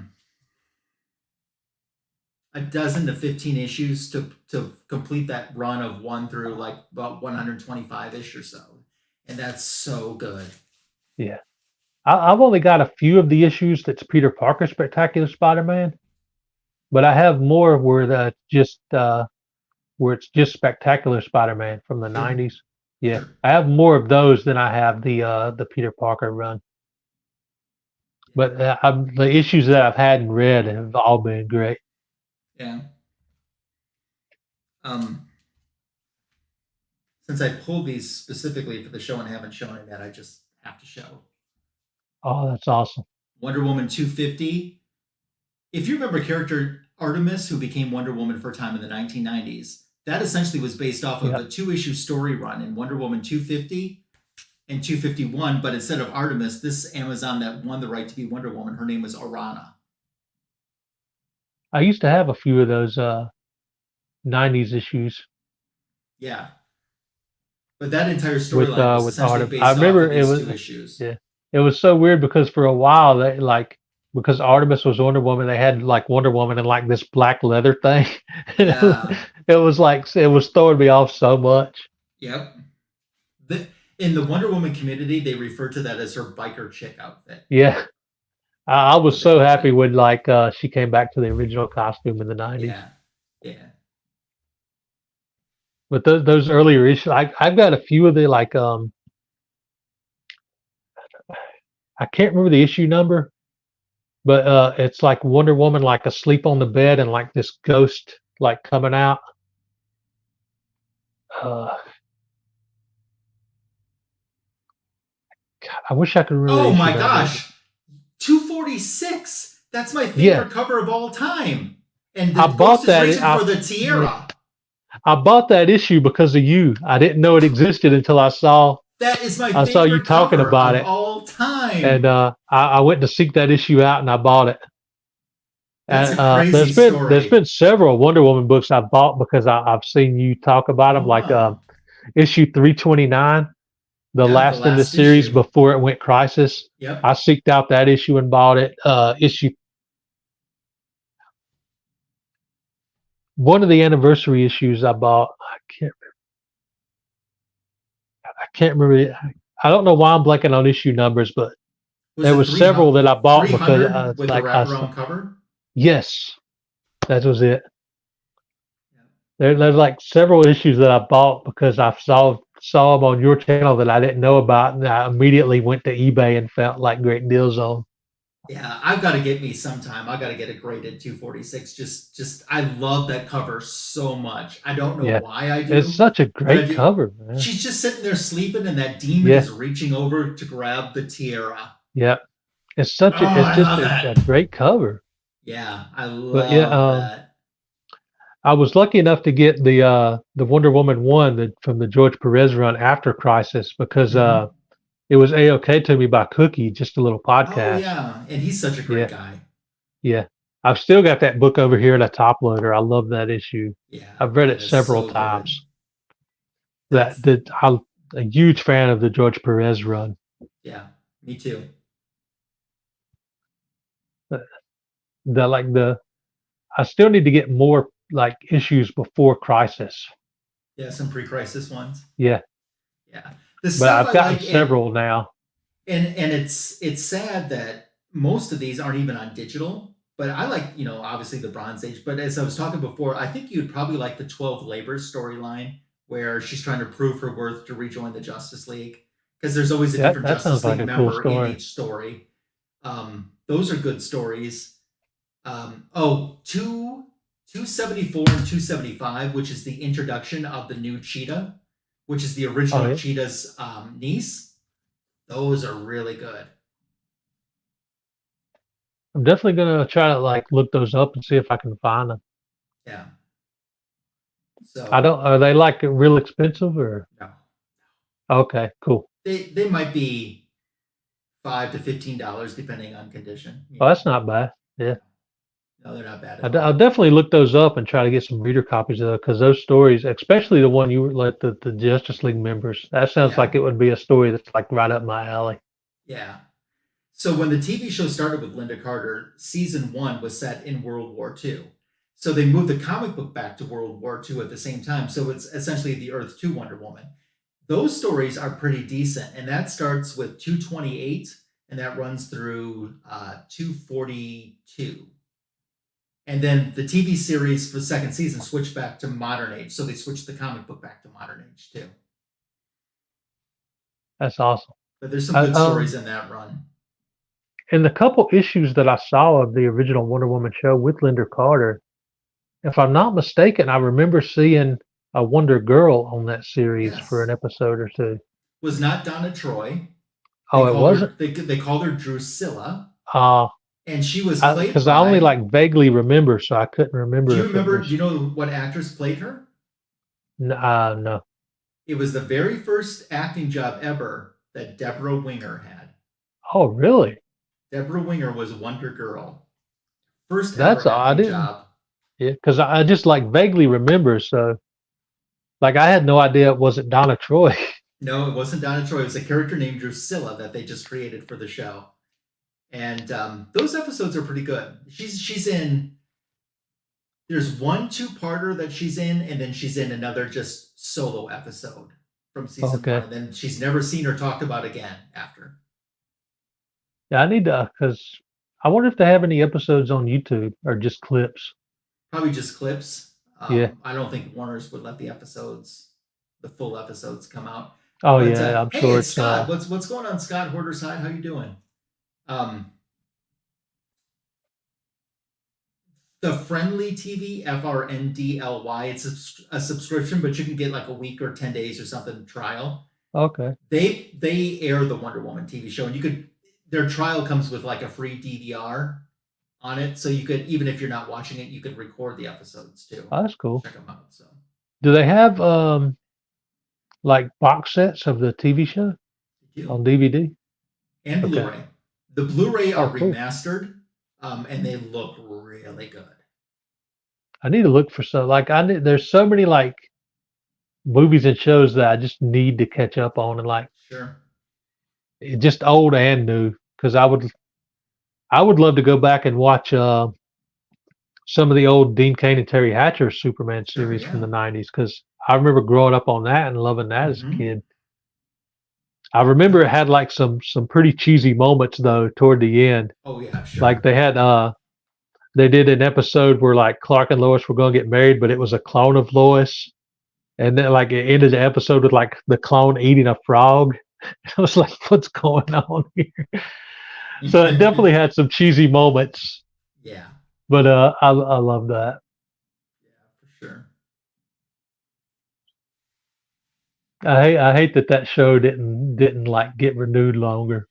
No, but 4 seasons is longer than some other shows got. So Yeah, that's true. yeah, Like I was surprised Smallville lasted 10 years, yeah, that's right. 10 seasons. Yeah,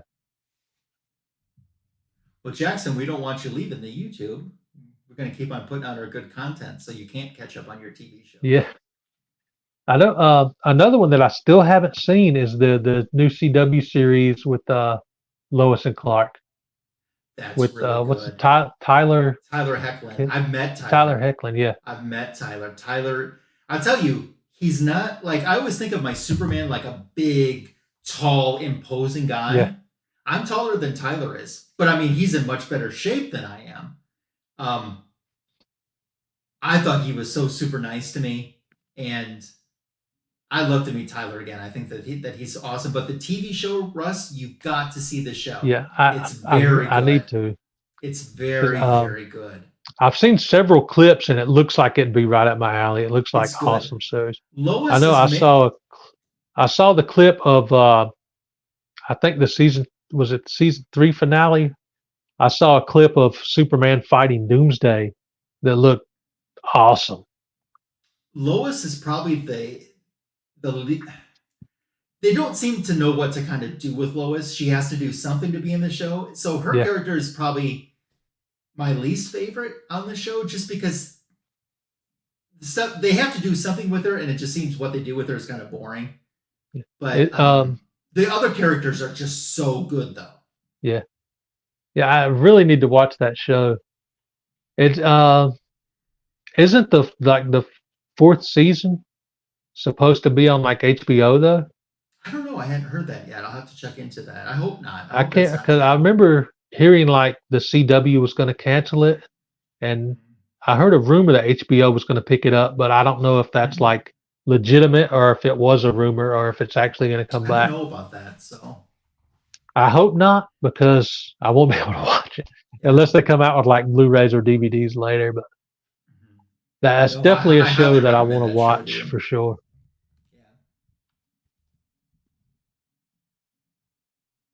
Yeah. Jax, You have to follow the Magic Lasso.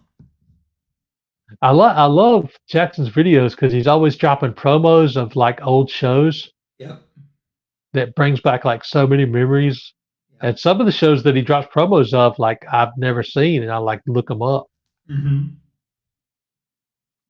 because it was like later like different versions. Like they did a series called The Batman, Yeah. like a couple years after the animated series. I never saw those. I just saw the animated series version. But Jackson's always dropping those like nostalgic videos, man. Yeah. That's cool. I love my nostalgia, obviously. Yeah, it's like my whole collection is nostalgia. Yeah, mine too.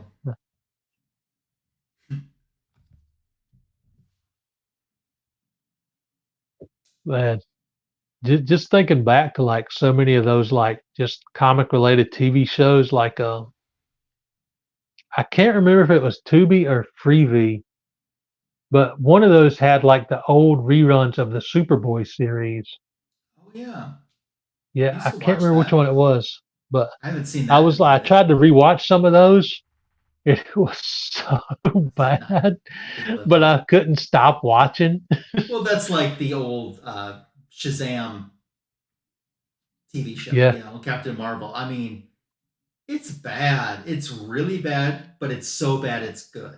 yeah, you just like you're still drawn to watch. Like, um, I haven't seen a rerun of it, but I remember an episode of the original Superboy series Mm-hmm. where the WWF wrestler at the time, Lex Luger, guest Mm-hmm. starred. That was, and I want to say a young Joaquin Phoenix was on that Oh series wow.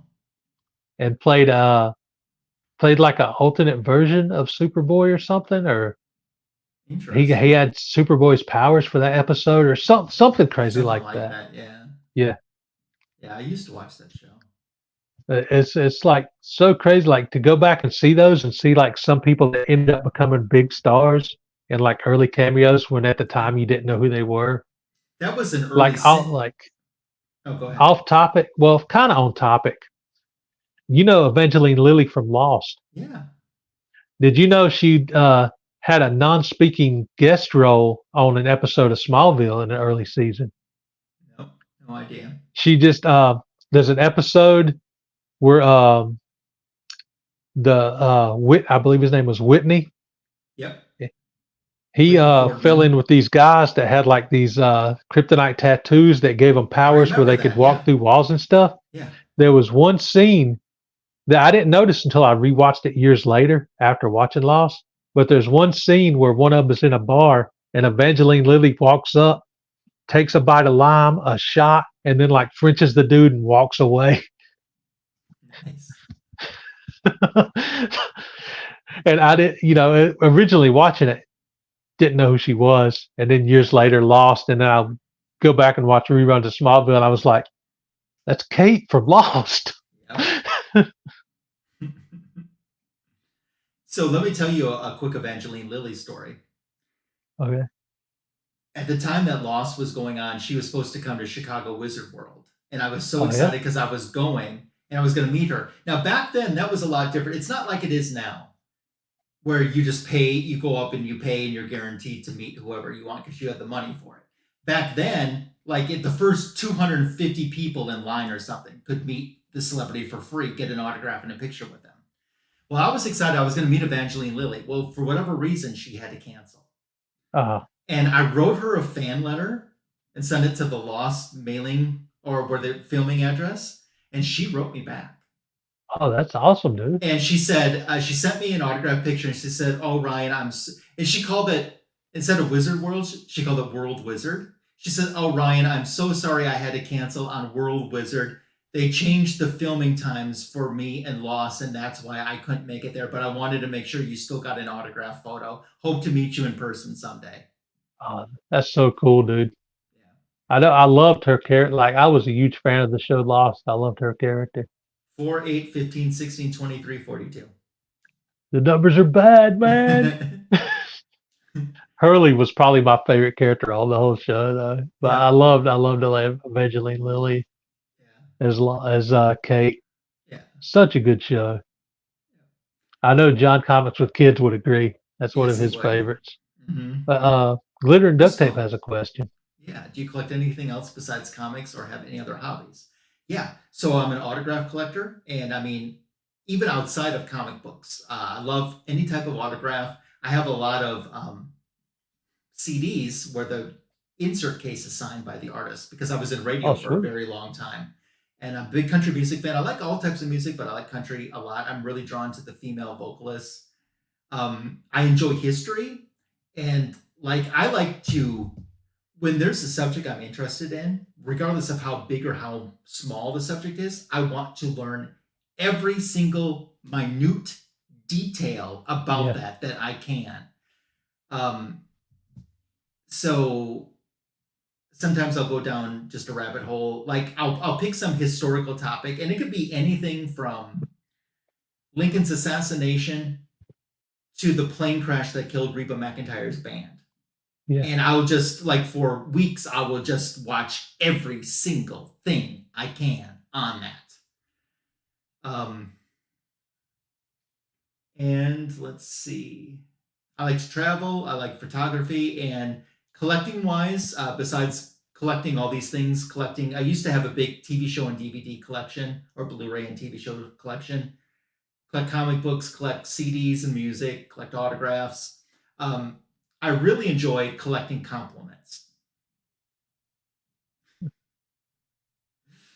So hit your boy up and tell him he's pretty because he needs to hear that sometimes. That's awesome, man. Jackson, that was in 1991. Here's the small gist on this. Okay, Reba McEntire was playing a private concert in San Diego for IBM employees. They had to play a regular concert for the public in Indiana the next night. She stayed overnight. Her band took off in 2 airplanes to make it to Indiana. One of the planes made it fine. The other plane, which had 8 members of her touring band, her tour manager, no, 7 members of her touring band, her tour manager, and the 2 pilots. It clipped a rock on Otay Mountain, and it cartwheeled and crashed into this mountain and instantly killed all of them. It's horrible. And there was some amazingly talented people, musicians that were on that plane. So that's the gist of it. So Yeah, I didn't know about that, and I was a huge country fan in the late '80s throughout the mhm. '90s. Well, this was 1991, right when Reba was hitting her stride. Fancy was her current song. Everyone knows Oh yeah, Fancy, you I'm know? like, yeah, that was on the radio all the Yeah. time. So Fancy was the single at the time that happened. And it's still, I think about this horrible tragedy. I didn't know these people, but Yeah, still, this week especially, I've thought, and it's not the anniversary or nothing this week, but I've thought more about those people on that plane this week, than yeah. anything. Because Well, right I now, mean, that's like I'm hyper you focused on that. yeah, you don't really have to know people to feel sad when they pass. Yeah. It's like, especially if you're a fan of their work, of course you're gonna have So, emotions when they pass. so the weird thing is with working in country music field from the radio side, as long as I did, you get to know so many people in the industry. Yeah, Sometimes you get to know the artists directly. You certainly meet a lot of artists, but sometimes you even develop a relationship with the artist. Sometimes you have a relationship with the artist manager or their publicist, or sometimes it's band members too that you. And I look at some of those people, and literally I can look at 2 or 3 of those members of that band and go, I would have been friends with that person. I know it.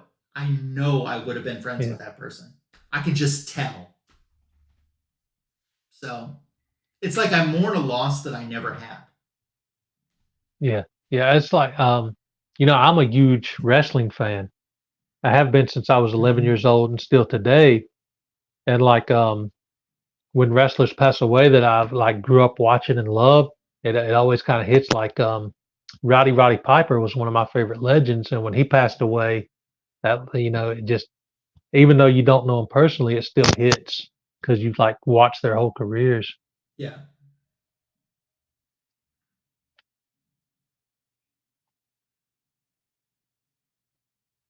But yeah, I had no idea about the plane crash that So Reba's next album after this plane crash was actually one of her best selling albums of all time. It's called For My Broken Heart, oh and yeah, I think, the yeah, entire my mom album actually used to have that. the entire album is sad from start to finish. There's nothing really nothing happy on that album, but it ends with a song called "If I Had Only Known," Yeah. and I really encourage you to put it on Spotify or look for the. It wasn't a single for her, it wasn't a hit song. They never released it, but it's a song that she sings in memory of her band, and it's stuff Oh, like if I had only known that it was my last night by your side, I'd pray a miracle to stop the dawn. And when you smiled at me, I'd look into your eyes and make sure you know that my love for you goes on and on. If I had only known. And tying it back to the comic book community, that's the song um, that I think of with Edwin, the comic jabroni. oh yeah. And I think about him a lot. And I recently was watching a video of his that it's not funny, but it cracks me up at the same time. And oh, how I miss that guy. I wish I would have met him in person. Yeah. He would have been And for a you guys great person to that meet in don't know person. him, oh my gosh, did you? His videos are still up on his channel, the comic jabroni. Yeah. Oh my god, what a character! I just love He that was, guy. yeah. It's still hard to believe sometimes that he's gone, man. Yeah, it And is, that, and he's been gone for a couple years. yeah, So, it's like I wish I'd like talked to him more mhm. and like because as far as I remember, we never got to do a stream together. Yeah, same And here. but we talked. We only talked like a few times about comics Yeah. on Instagram messaging. But he was always such a great dude. He used to do And these like, yeah, workout. He whenever would I do could these. catch it, I was, yeah, always in his live streams. Thanks for putting it. Thank you so much for putting up that link. Um, he used to do these live streams in his garage gym. So it's Yeah. his garage, but he made it into a gym, and he was pretty in shape. And Oh he'd yeah. be working out, but he would talk to you in between sets and stuff. And he was always game for anything, always. Yep. And one time, I got him to do the Carol Burnett Tarzan yell. Oh really? Oh my gosh! And he was laughing during it, and oh my gosh, That's awesome, man. yeah, Yeah, he's definitely one of the guys that I wish I could have had opportunity to meet in person. yeah, me too. He is just. I remember like one time when I was going through a little bit of depression, he reached out to me, and that He's was good just like like that. that was that just touched me at the Mm-hmm. time. Such a great guy. Yeah. But if there's anyone in your life that you're missing, or think about that Reba song, you just need one listen to that song, and Yeah, you'll get you're it. gonna make me You will cry, man. you Yeah, yeah, same here. You will get it. Yeah, So, but good question though. To circle back to Crystal, that I just completely deviated all off on, but very good question. So, oh, and here's a rando fact about me too. I love beagles. the dog. Yeah, I love them. Okay, I but don't have one currently. for a second I thought you said bagels. No, oh no, no, no. Beagles, beagles. I watch Oliver the Beagle on YouTube, and oh my gosh, do I love watching Oliver the Beagle. I was watching I don't Oliver the think I know Beagle that. before I came on here tonight. I was watching Yeah, Oliver. I don't know that. Oliver the Beagle is Never pretty heard of that. awesome. Well, he's pretty What's awesome. up, Larry? Hey, Larry. I might have to check that out. Yeah. I know. I love dogs and cats, Mm-hmm. and like I've always wanted to get a dog, but my dad, he was allergic, Oh, gotcha. and yeah, he passed in 2020. Mm-hmm. So one of these days you're gonna see me in a video with a puppy. That's awesome. I know I always wanted a dog as a kid growing up too, but Yeah. I Yeah, was the not a girl. responsible child. So Sure. yeah, Sure. Well, now my mom would have ended up taking care of the dog. you're more of a responsible child adult or adult Yeah, child. yeah. So, I was an '80s baby, a '80s '90s kid, baby. and a 2000s plus man child. Yep. But your superpower, it's over 9,000. Yeah, I know. Are you a Dragon Ball Z fan? Do you know anything about No, I don't know a whole lot about that. I haven't really got into that franchise. the? That's where the over 9,000 part came I from. did know The that. 9,000, yeah, Dragon Mhm. Ball Z. Because I just took Superman and Vegeta from Dragon Ball Z, two of my favorite things, and put them Yeah, together for the Super Rush 9,000. that's cool.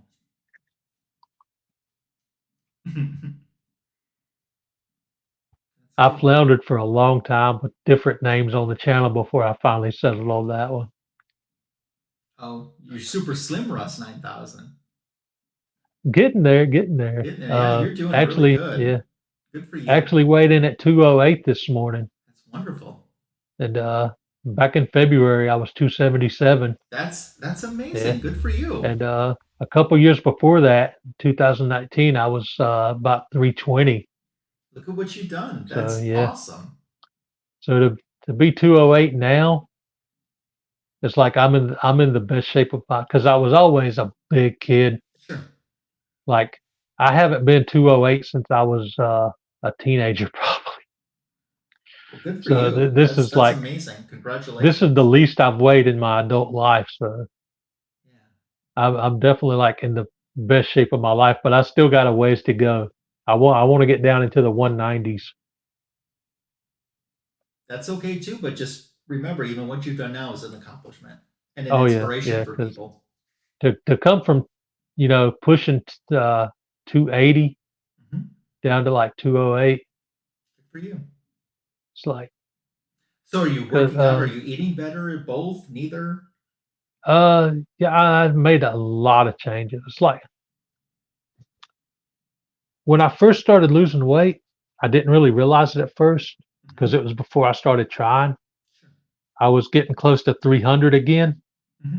and I just made a few minor changes because I had like a couple health scares, Sure. and I didn't really know I was taking losing weight until I went to a yearly checkup, and I had lost like 20 pounds, Hmm. and I was barely trying. I just made like one or two minor changes, Hmm. and it just hit me. What can I do if I make some major changes? Yeah, So I did. that's awesome. I cut out all sweets. I stopped drinking soda. It's been nothing but water and organic green tea. Um, I started trying intermittent fasting, where I only eat Hmm. like every other day. Hmm. Instead of eating every day, I just eat once every other day, Hmm. which was very hard at first. Sure. It took a while to get used to that regimen, to just eat Sure. once every other day. And I started walking every day, an hour in the mornings and an hour at night. That's great. And the pounds just started coming off fast, and Wow. so far they've stayed off. That's awesome. So yeah, Congratulations. so those few minor changes and not even realize I was losing weight, Hmm. and I just decided I can make some major changes and really try, and got in the best shape of my life, man. That's great. Good for you. But I still want abs. That hasn't happened yet.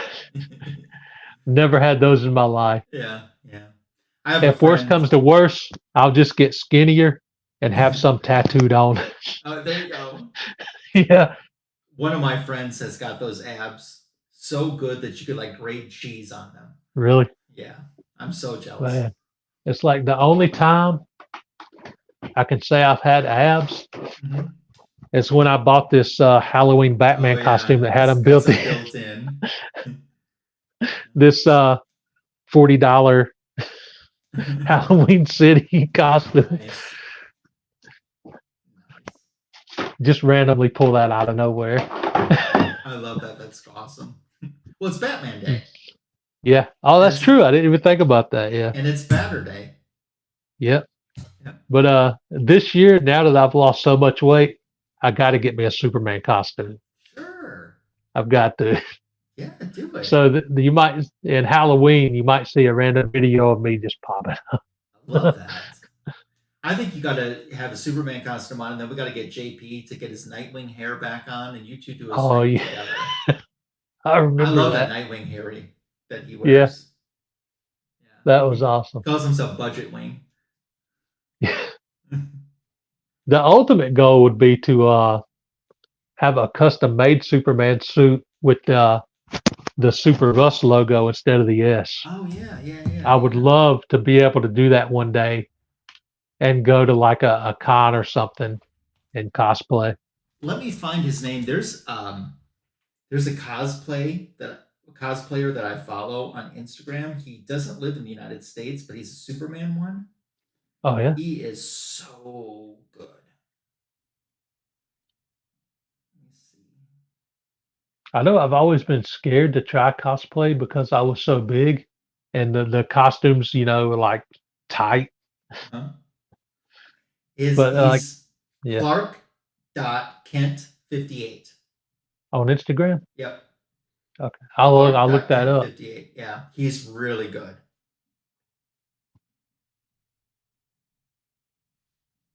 I definitely still got some weight to lose though before I get anything that's skin tight. Mhm. Because there's still like some donut rolls hidden under these loose shirts Yeah. for sure. Like that's one thing that I need to work. Like I need to work on like weightlifting and stuff. Sure. Because right now I'm just doing cardio and walking to lose weight. Hmm.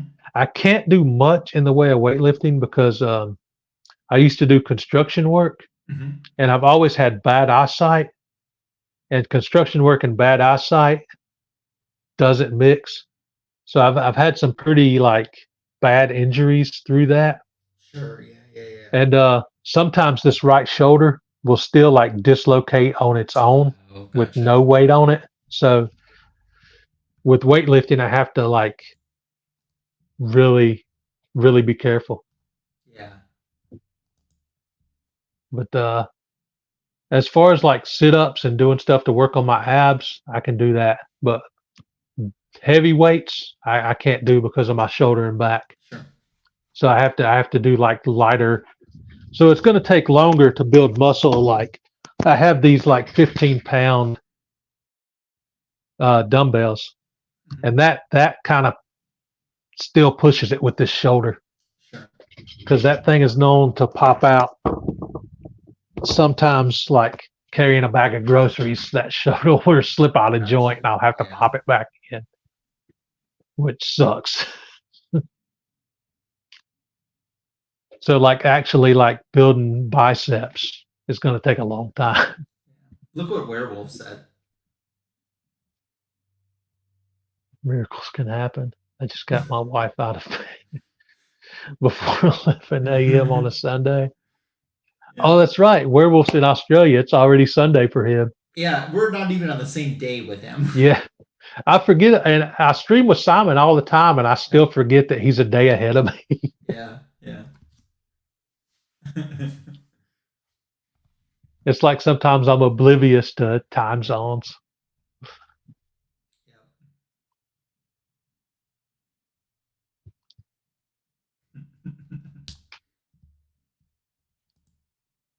Does she have agoraphobia? The fear of people?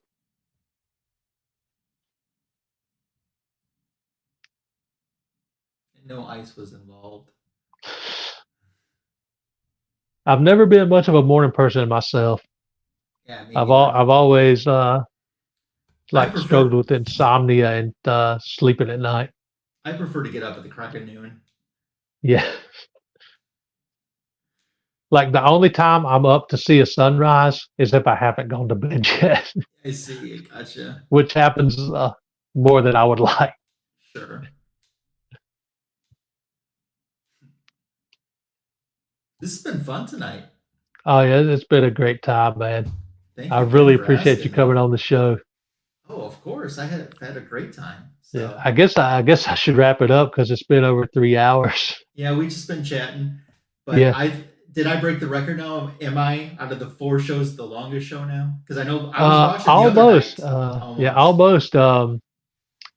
How long did you go with JoJo, JoJo the other me and night? JoJo went just under 4 hours. I think it was Oh my three gosh. hours and 58 Oh minutes. my god. Well, I was up there then. Yeah, So I will bow down to JoJo. But I've. I'd love to be on in the future too, and Oh, have a absolutely. I'd love to rematch. have you back. Yeah, and thank you to everyone in the chat too. Um, if it's Oh, okay, I'll just absolutely. mention a few things that I got going on Oh, my channel. sure thing, man. So tomorrow night I'll be live for Fanboys Live and the Retro Review. That's a show that rotates between a couple different channels, and it's a DC comic show. And our Retro Review tomorrow night is going to be on the Secret Origins series that DC did. Right after Crisis on Infinite Earths. So that will be on at 8 o'clock Eastern, 7 o'clock Central tomorrow on my YouTube channel. And then Monday, I have the back issue of the week. It's a 60-second short that I do. I've been pretty DC heavy lately, and that's going to continue tomorrow. But Marvel fans, I promise, we'll get some more Marvel in there soon too. And then Tuesday on my comic book editions video dropping Tuesday afternoon, it will be a JLA haul, including an AOK from Silver Age Dave. Oh, awesome. Yeah, so I'm excited to share that. I miss seeing his videos. So he used to I do do live streams too. like quite often. Yeah, he hasn't done a video in a while, but Yeah, yeah, I got something cool to share but for him. I meant to mention it at the start of the show and it slipped my mind. for anybody that watches on the replay or new viewers that might not know Magic Lasso, I do have his channel link as the first one in the description. Oh, awesome. Thank you. So definitely go check that out for anybody that maybe new watches on the replay. Sure. I appreciate Sub that. him up. I did see, at least one new name in the chat today too that I wasn't familiar with. Yeah, That I was did. very I saw a couple complimentary. that I So yeah, didn't know. yeah. So that was awesome. Yeah. And like I said before, we've made great friends in this community. We still got more to make. Oh, absolutely. Like Yeah. like there's so many like I never would have met like you or so Mhm. many other people otherwise if I hadn't like started this YouTube journey. Yeah. And we'd love to have you back on Fanboys again sometime, Russ. Oh, definitely anytime, man. We'd love to have you back on. So Anytime. That was fun to come on and do that show. yeah, you were a good guest. So it's always great to have a great guest on. So Jackson. Again, I appreciate you coming on and hanging out for so long and talking comics and Always my pleasure. it was awesome having you on, man. Definitely Yeah. want to have you back sometime down the road. Awesome. I'm I'm thinking definitely here for it. maybe after I do about 15 or 20 episodes, maybe I'll do like Good. a big reunion thing where I have a bunch of people on at once. That's awesome.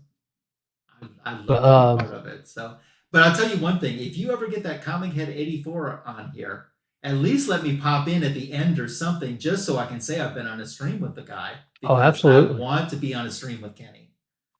Absolutely. If I can get him to come on, man, I'll definitely invite you back. Yeah. Send you like a link to pop up. Yeah, at least just to be on for a minute or two, just to say, I don't want to cry. I don't want to Yeah. hog his turn, but I just want to say that I've been on a stream with Kenny. So I haven't talked to 84 yet, but he's definitely a guest that I want to get on in the future. yeah, yeah, that's awesome. Cool. And thank you to everyone in the chat. You guys have been awesome. You've been sticking around for the entire show. Oh yeah. And thanks for not giving up on me. So Appreciate all you guys. yeah, I do too. Who And you got I coming up for guess guests? Do you know yet or not? I've been talking to Matt, the boy who had 7, Oh, he's a great and guest. we're still trying to work out a time. He hasn't confirmed yet, Okay. but maybe on the 25th. Okay, But I awesome. don't know for sure. I might have to switch days. Yeah, okay. But hopefully we can work it out and he'll be the next guest because Awesome. he's the one that introduced me to the comic book community. Sure. Sure, absolutely. So I would, You yeah. if you have when you have him on, you have to ask him about that 12 Days of Christmas thing, because that was so Oh yeah, amazing. that was like that That still was blows me away. so amazing. I still have the books that he gave me set up on the shelf over there. Mhm. It's unreal. Yeah. Man, I'm always terrible at wrapping shows up. All right. Well, how about I wrap it up for you then? Feel free. Thank you to you who've watched on the rewind. Thank you for those that are in the chat with us live, our moderators who dropped links. Thank you to our host and to our guests tonight. And we look forward to visiting, or Russ looks forward to visiting with you again on another Let's Talk Comics on the feature here on the Super Russ 9000 channel. Take care and have a great weekend. Keep it 9,000.